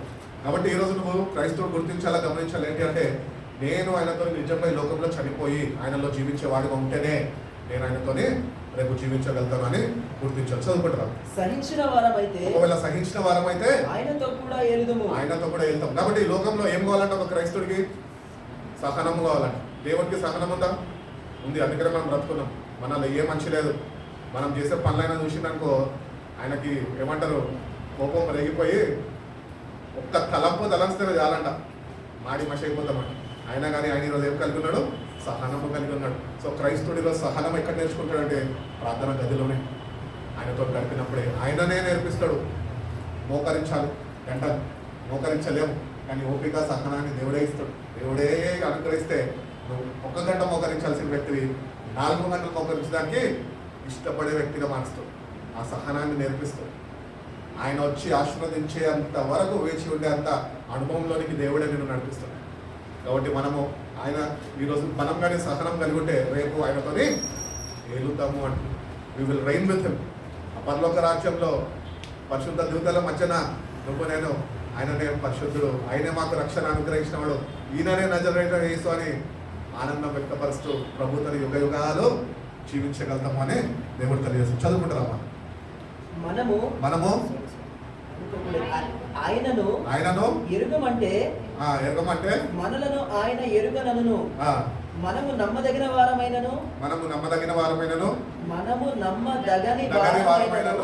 ఆయన నమ్మదగిన వాడుగా ఉండును. ఆయన తన స్వభావమునకు విరోధముగా ఏది చేయలేడు. కాబట్టి ఈరోజు మనమంట ఆయనని కాదు అనుకుంటే రేపు తండ్రి ముందు నువ్వు ఆయన ముందు నిలబడితే ఆ తీర్పు దినం ముందు ప్రతి ఒక్కరు ఆయన ముందు నిలబడాలి. వానికి తగిన జీతం వానికి అనుగ్రహిస్తాడు దేవుడు. కనుక ఇస్తాడు. కనుక ఈరోజు నువ్వు నమ్మకంగా ప్రార్థనలో గడిపి నమ్మకంగా దేవుడు అనుగ్రహించే ఆనందాన్ని, దేవుడు అనుగ్రహించే శక్తిని, దేవుడు అనుగ్రహించే ఆత్మని, దేవుడు అనుగ్రహించే ఆ పునరుద్ధాన శక్తిని నువ్వు పొందుకోకపోతే ఆయన ఏమంటాడు సరేపో, వీడు ఎవడో నాకు తెలియదు. క్రైస్తుడే పిలువబడ్డాడు, లోకంలో చలమని అయిపోయాడు, కానీ నాకైతే తెలీదు అంటాడు. అప్పుడు ఏమవుతాము? పక్కకి తీసేస్తున్నాడు. ఇంకా పర్వత రాజ్యం పోలింకేమే అవకాశాలు ఉంటాయి. కాబట్టి ఈ రోజు మనం గుర్తించాలి ఏంటి తెలుసా? సహనము కలిగి దేవుని సన్నిధికి వెళ్ళి, ప్రభా నువ్వు నాకు కావాలయ్యా, నీతో నేను ఉంటానయ్యా, నేను ఒకవేళ భూమిని విడిచిపెట్టా కానీ ప్రభా నువ్వు నీ దగ్గరికి నన్ను చేర్చుకుంటావయ్యా అని ఆ విశ్వాసాన్ని కనపరుస్తూ ప్రభుని ప్రతిదినము కన్నీళ్లతోని వేడుకుంటే, నీ జీవితాన్ని మార్చుకుంటే, పశ్చాత్తాపడితే నీ జీవితం మారినప్పుడు అప్పుడు ఆయన తండ్రి ముందు మనము నమ్మదగిన వారం కాదు ఆయనకు తెలుసు, కానీ ఆయన నమ్మదగిన దేవుడు కనుక ఈరోజు కూడా నమ్మకత్వంలో ఏమాత్రమో మార్పులు లేకుండా ఎదురు చూస్తున్నాడు. ఇంకా ఈ రోజన్నా వస్తాడేమో, రేపన్నా వస్తాడేమో, రేపటి నుంచి అన్న నా గురించి పాత జీవితాన్ని వదిలేసి నూతనము ప్రారంభిస్తాడు, నేను అనుగురించి ఈవులన్నీ పొందుకుంటాడేమో అని ఎదురు చూస్తున్నాడు. కాబట్టి ఇవన్నీ మనం చేయకుండా ఉంటే ఆయనకు తెలుసు వీళ్ళు చెయ్యాలని. అందుకని అంటున్నాడు, మీరు నమ్మదగిన వారు కాదు, అయినప్పటికీ నేనైతే నమ్మదగిన దేవుడు. నువ్వు కానీ నా దగ్గరకు వస్తే నీ జీవితాన్ని నేను మార్చే దేవుడు. నువ్వు కానీ నా దగ్గరకు వస్తే ఆ మరణం నుంచి జీవంలోనికి దాటించే దేవుడు అంటే. కాబట్టి ఈరోజు నువ్వు నా దగ్గరికి రా. ఆయన ఏం మార్చుకోడంట? ఆయన స్వభావం మార్చుకోడంట. మనుషుల స్వభావాలు మారుతుంటాయి, పరిస్థితులను బట్టి మారుతుంటాయి, కోపాలు వస్తూ ఉంటాయి, కోపం రాని మూతి తిప్పుకుంటారు, ఇవన్నీ చేస్తుంటాం. కానీ ఆయన అటువంటి వాడు కాదు, నమ్మదగిన వాడు.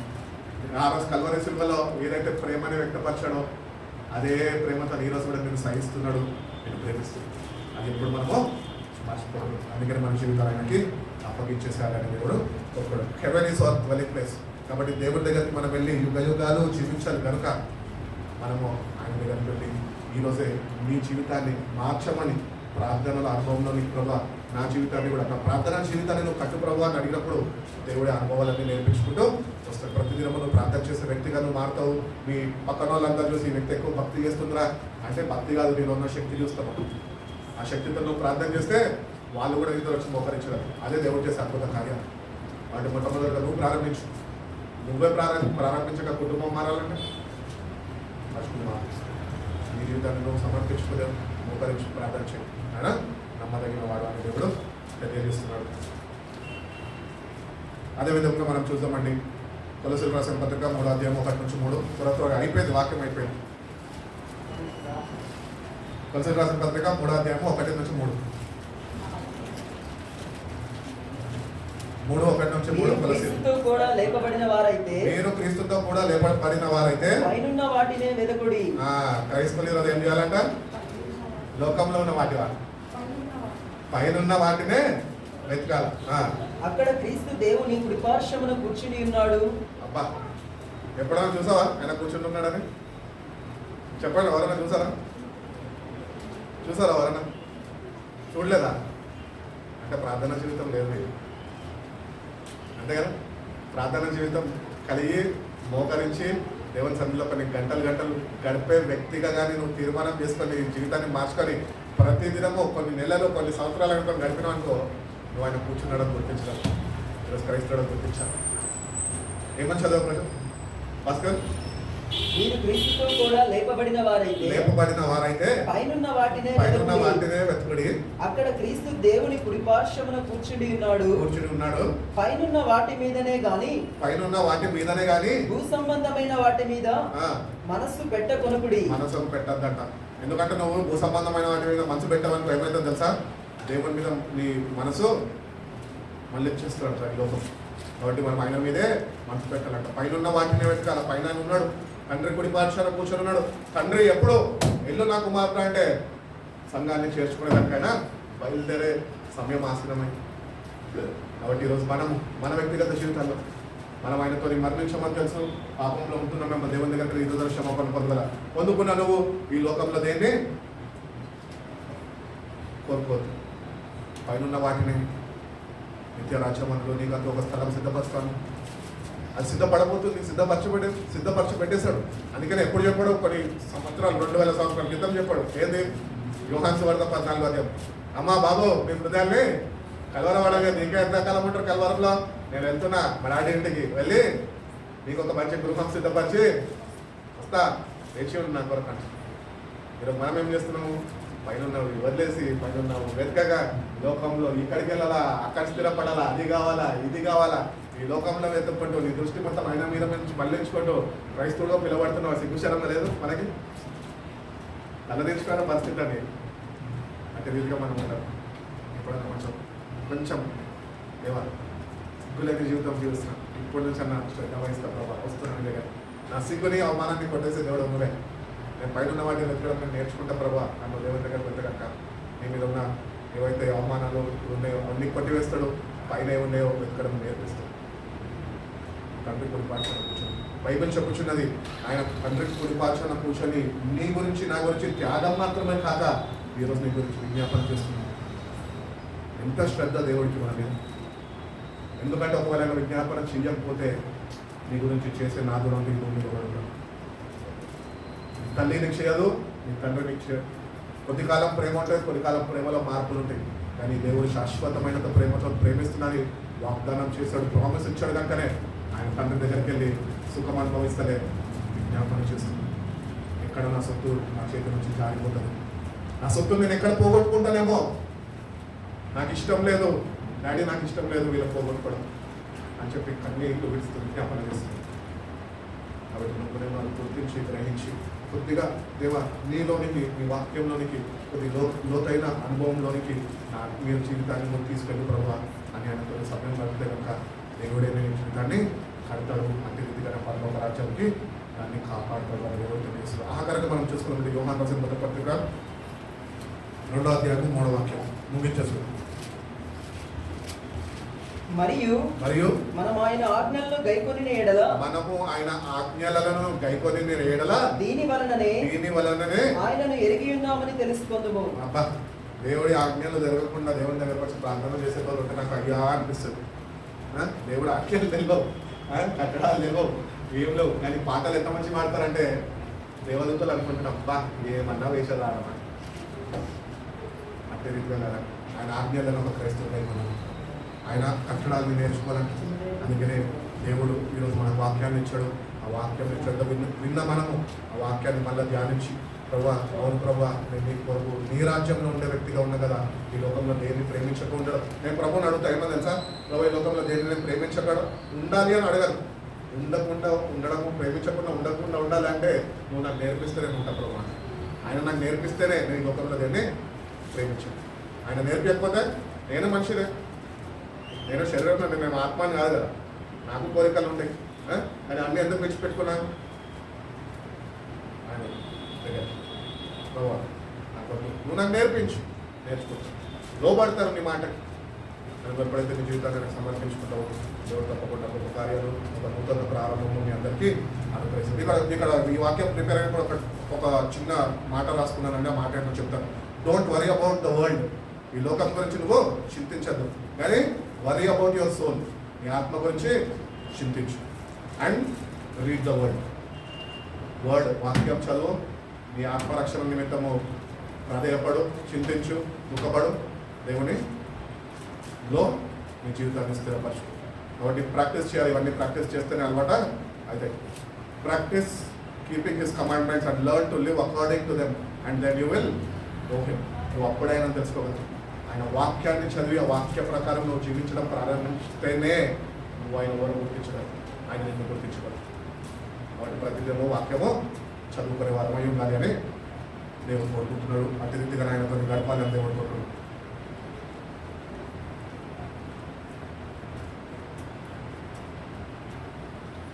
ప్రియ సంగమా, ప్రభువు యొక్క త్యాగంని గుర్తించి తెలుసుకొని ఆయనలో సంతోషంగా జీవించడము నేర్చుకోవాలి అని దేవుడు చెప్తున్నాడు. ప్రియ సంగమాన్ని ఎందుకు బోధిస్తున్నాడు? అంత ప్రేమిస్తున్నాడు. అర్థం చేసుకో ప్రేమ. ఈరోజు ఆయన త్యాగం గుర్తించు, ఆయనలో ఉన్న సంతోషాన్ని గుర్తించు. అది నువ్వు కలిగి జీవించే వ్యక్తిగా ఉన్నావా, ఒక లేకపోతే కనుక దేవుడు ప్రభావం. ఈ త్యాగాన్ని గుర్తిస్తాను, నువ్వు అనుకరించే సంతోషాన్ని నేను పొందుకుంటాను. నేను నిన్ను వెంబడిస్తాను, నీతో నడుస్తాను. నేను ఏ మాత్రం ఈ లోకంలో దేన్ని ప్రేమించిన ప్రభా, కేవలం నిన్నే ప్రేమిస్తాను అని అందరము తీర్మానం చేసుకుని మట్టి రీతిగానే మోకరిస్తాం, ప్రార్థన చేసుకుని భాస్కరంలో ప్రాంతంలో నడిపించాల్సిందిగా ప్రార్థన చేసుకుని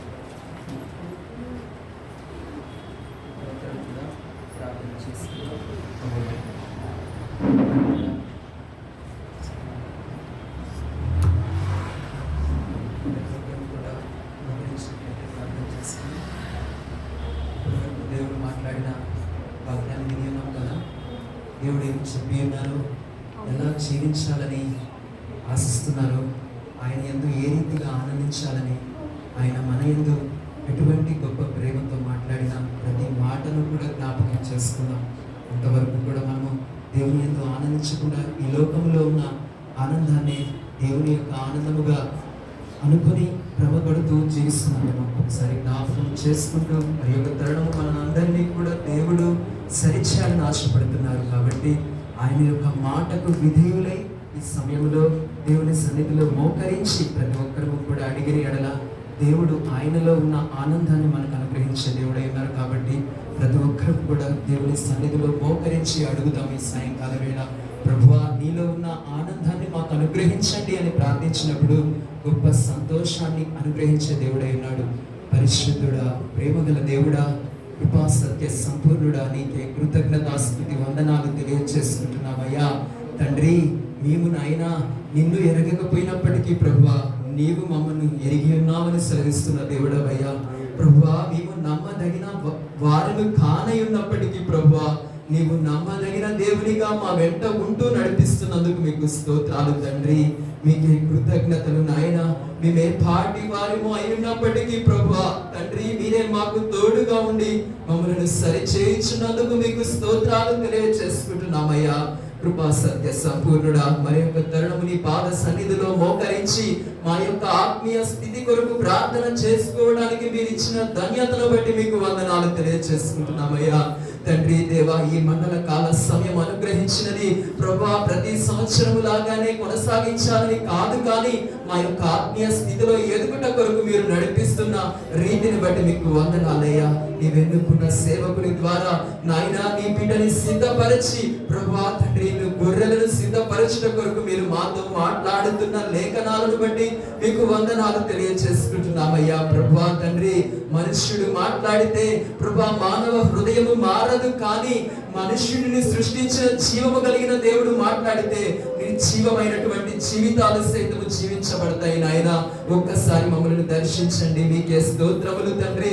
ప్రభువునందు ఆనందించుడి. మరలా చెప్పుచున్నాను, ప్రభువునందు ఆనందించుడని సెలవిస్తున్న దేవుడవయ్యా. వినని వారిగా మీ ముందే ఉన్నామేమో తండ్రి. అందుకే ప్రభువా మరి ఒకసారి మీరు మాతో మాట్లాడుతున్నారు. మీకే స్తోత్రాలు తండ్రి. ప్రభువా దైవా నీకే వందనాలు నాయన. ఇంకా నువ్వు ప్రభువా నాయన పాపపు స్థితిలో మేము జీవించుచున్నామేమో దయతో మమ్మలను నీ పరిశుద్ధ హృదయములో కడగమని వేడుకుంటున్నాము ప్రభువా. నీ సన్నిధిలో మోకరించడానికి నీ వైపు కన్నులెత్తి ప్రభువా తండ్రి అని పిలిచే యోగ్యతను మాకు దయచేయమని వేడుకుంటున్నామయ్యా. ఒక తండ్రికి ఒక బిడ్డకి మధ్య ఉన్న సంబంధమును నాయన మాకు నాయన నీతో ఉండునట్లు కృప చూపించమని వేడుకుంటున్నాము ప్రభువా. ఎంతో స్వాతంత్ర్యముగా నీ యొక్క దైవ సన్నిధిలో భయముతోను వణుకుతోను ప్రభువా నాయన ప్రార్థన చేయగలిగే స్థితిని మాకు దయచేయమని వేడుకుంటున్నాము ప్రభువా. తండ్రి దేవా నీకే వందనాలు వందనాలు వందనాలు ప్రభువా. నీ ఆజ్ఞలు గైకొనని ఎడల నీ వాడు కాదు అని సెలవిస్తున్న దేవుడవయ్యా. నువ్వు మాతో మాట్లాడిన ప్రతి మాటను ధిక్కరించే వారిగా మేము ఉన్నామేమో జ్ఞాపకం చేసుకోండి నాయన. మా బ్రతుకులను సరిచేయండి. మా జీవితాలలో మార్పును కలగ చేయమని వేడుకుంటున్నామయ్యా. మీకే వందనాలు, మీకే స్తుతులు, మీకే స్తోత్రాలు నాయన. తండ్రి దేవా మోకరించిన ప్రతి మోకాలులో ప్రార్థన శక్తిని అనుగ్రహించమని వేడుకుంటున్నాము ప్రభువా. తండ్రి నీ సన్నిధిలో స్వరము విప్పలేని స్థితిలో ఉన్న ప్రతి గొంతుకను కూడా యేసు నామములో మీ రక్తములో తడపమని వేడుకుంటున్నానయ్యా.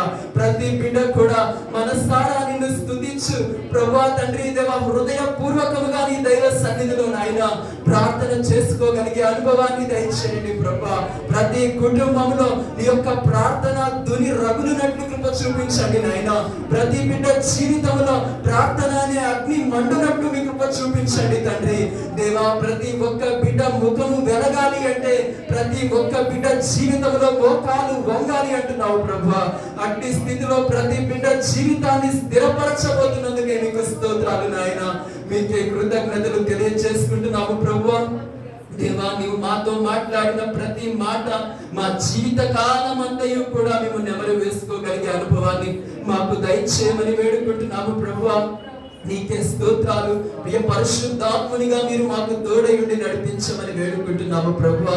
కృపగల మా యేసు రాజా నీ కృప చొప్పున ఈ 20 దినాలు కూడా ఎంతో గొప్పగా నడిపించారు. మీకే స్తోత్రాలు నాయన. ఇంకా ముందు రోజుల్లో ప్రత్యేకంగా నీ సేవకునికి బలమైన అభిషేకాన్ని అనుగ్రహించండి ప్రభా. తండ్రి నిన్ను నమ్ముకున్న వారు, నీ సేవలో అడుగు పెట్టిన వారు ప్రభా ఈ లోకములో ఉన్న ఆశలన్నింటినీ కూడా చంపుకొని ప్రభా నీవే సర్వముగా పాలిస్తూ నీ యొక్క బాధ్యతను నెరవేర్చుతున్నటువంటి నీ బిడ్డను జ్ఞాపకము చేసుకోనమని వేడుకుంటున్నాను ప్రభా. నీ సిలువలో దాగి ఉన్న అతీతమైన శక్తితో నీ బిడ్డని నింపండి ప్రభువా. తండ్రి దేవా నీ గొర్రెలను మేపడానికి కావలసినటువంటి మేతను నీ బిడ్డకి దయచేయమని వేడుకుంటున్నామయ్యా. మీకే స్తోత్రాలు, మీకే వందనాలు, మీకే కృతజ్ఞతలు తెలియజేసుకుంటున్నాము ప్రభువా. తండ్రి దేవా నీవెన్నుకున్న సేవకుని నీ ఆత్మాభిషేకముతో నింపి దేవా నీ సేవకుని ద్వారా ప్రభువా తండ్రి గొర్రెలు కూడా నాయన అదే రీతిగా నీలో వర్తిల్లింపబడినట్లు మీ కృప చూపించమని వేడుకుంటున్నానయ్యా. నీకే స్తోత్రాలు, నీకే వందనాలు, నీకే కృతజ్ఞతలు తెలియజేసుకుంటున్నాను. తెలియచేసుకుంటున్నాము. నాయన వచ్చిన ప్రతి ఒక్క బిడ్డను నీ దైవ సన్నిధిలో ఎత్తి పట్టుచున్నాను. ఏ అవసరతలతో వచ్చి ఉన్నారు నాకు తెలియదు, కానీ ప్రతి బిడ్డ అవసరతను యేసు నామములో తీర్చమని మనవి చేస్తున్నాను ప్రభా. అన్నిటికీ మించిన ఆత్మీయ ఆరోగ్యాన్ని ప్రతి ఒక్క బిడ్డకి దయచేయండి తండ్రి. ప్రతి ఒక్కరికి కూడా ఆత్మీయ శక్తిని దయచేయండి ప్రభా. ప్రత్యేకముగా నిన్ను వెతికే మహాకృపను ప్రతి ఒక్క బిడ్డకి దయచేయమని నీ కృపలో నీ దయలో మమ్మలను జ్ఞాపకము చేసుకొని ప్రభా సమస్తము నాయన మా యొక్క జీవితాలు నీ నామమునకు మహిమకరముగా ఉండునట్లు కృప చూపించండి. ఒకవేళ నీ నామానికి మహిమ తీసుకురాని స్థితిలో మేము ఉన్నట్లయితే ప్రభా తండ్రి దయతో మమ్మలను సరిచేయండి. లేని ఎడల ప్రభా నీ చిత్తానికి మమ్మలను మీకు అప్పగించుకుంటున్నామయ్యా. మీకే స్తోత్రాలు, వందనాలు, కృతజ్ఞతలు తెలియజేసుకుంటూ దేవా మీరు మాతో ఉన్నారని నమ్ముతూ విశ్వసిస్తూ ప్రార్థన చేయొచ్చు. నీ చిత్తమైతే మరి యొక్క తరుణమునైనా నీ సన్నిధిలో నిన్ను ఎదుర్కొనే వాక్యమును మాలో ప్రతి ఒక్కరికి దయచేయమని వేడుకుంటూ యేసయ్య పరిశుద్ధ నామములో ప్రార్థన చేయొచ్చు అడిగి వేడుకొని పొందుకొని నాము తండ్రి. ఆమేన్. ఇప్పుడు మన తండ్రి అయిన దేవుని ప్రేమ, ప్రభువైన యేసుక్రీస్తు యొక్క కృప, పరిశుద్ధాత్మ దేవుని యొక్క నిత్యమైన సహవాసం సదాకాలం తోడుగా ఉండి మనల్ని బలపరిచి నడిపించును గాక. ఆమేన్. ఆమేన్. God bless you all.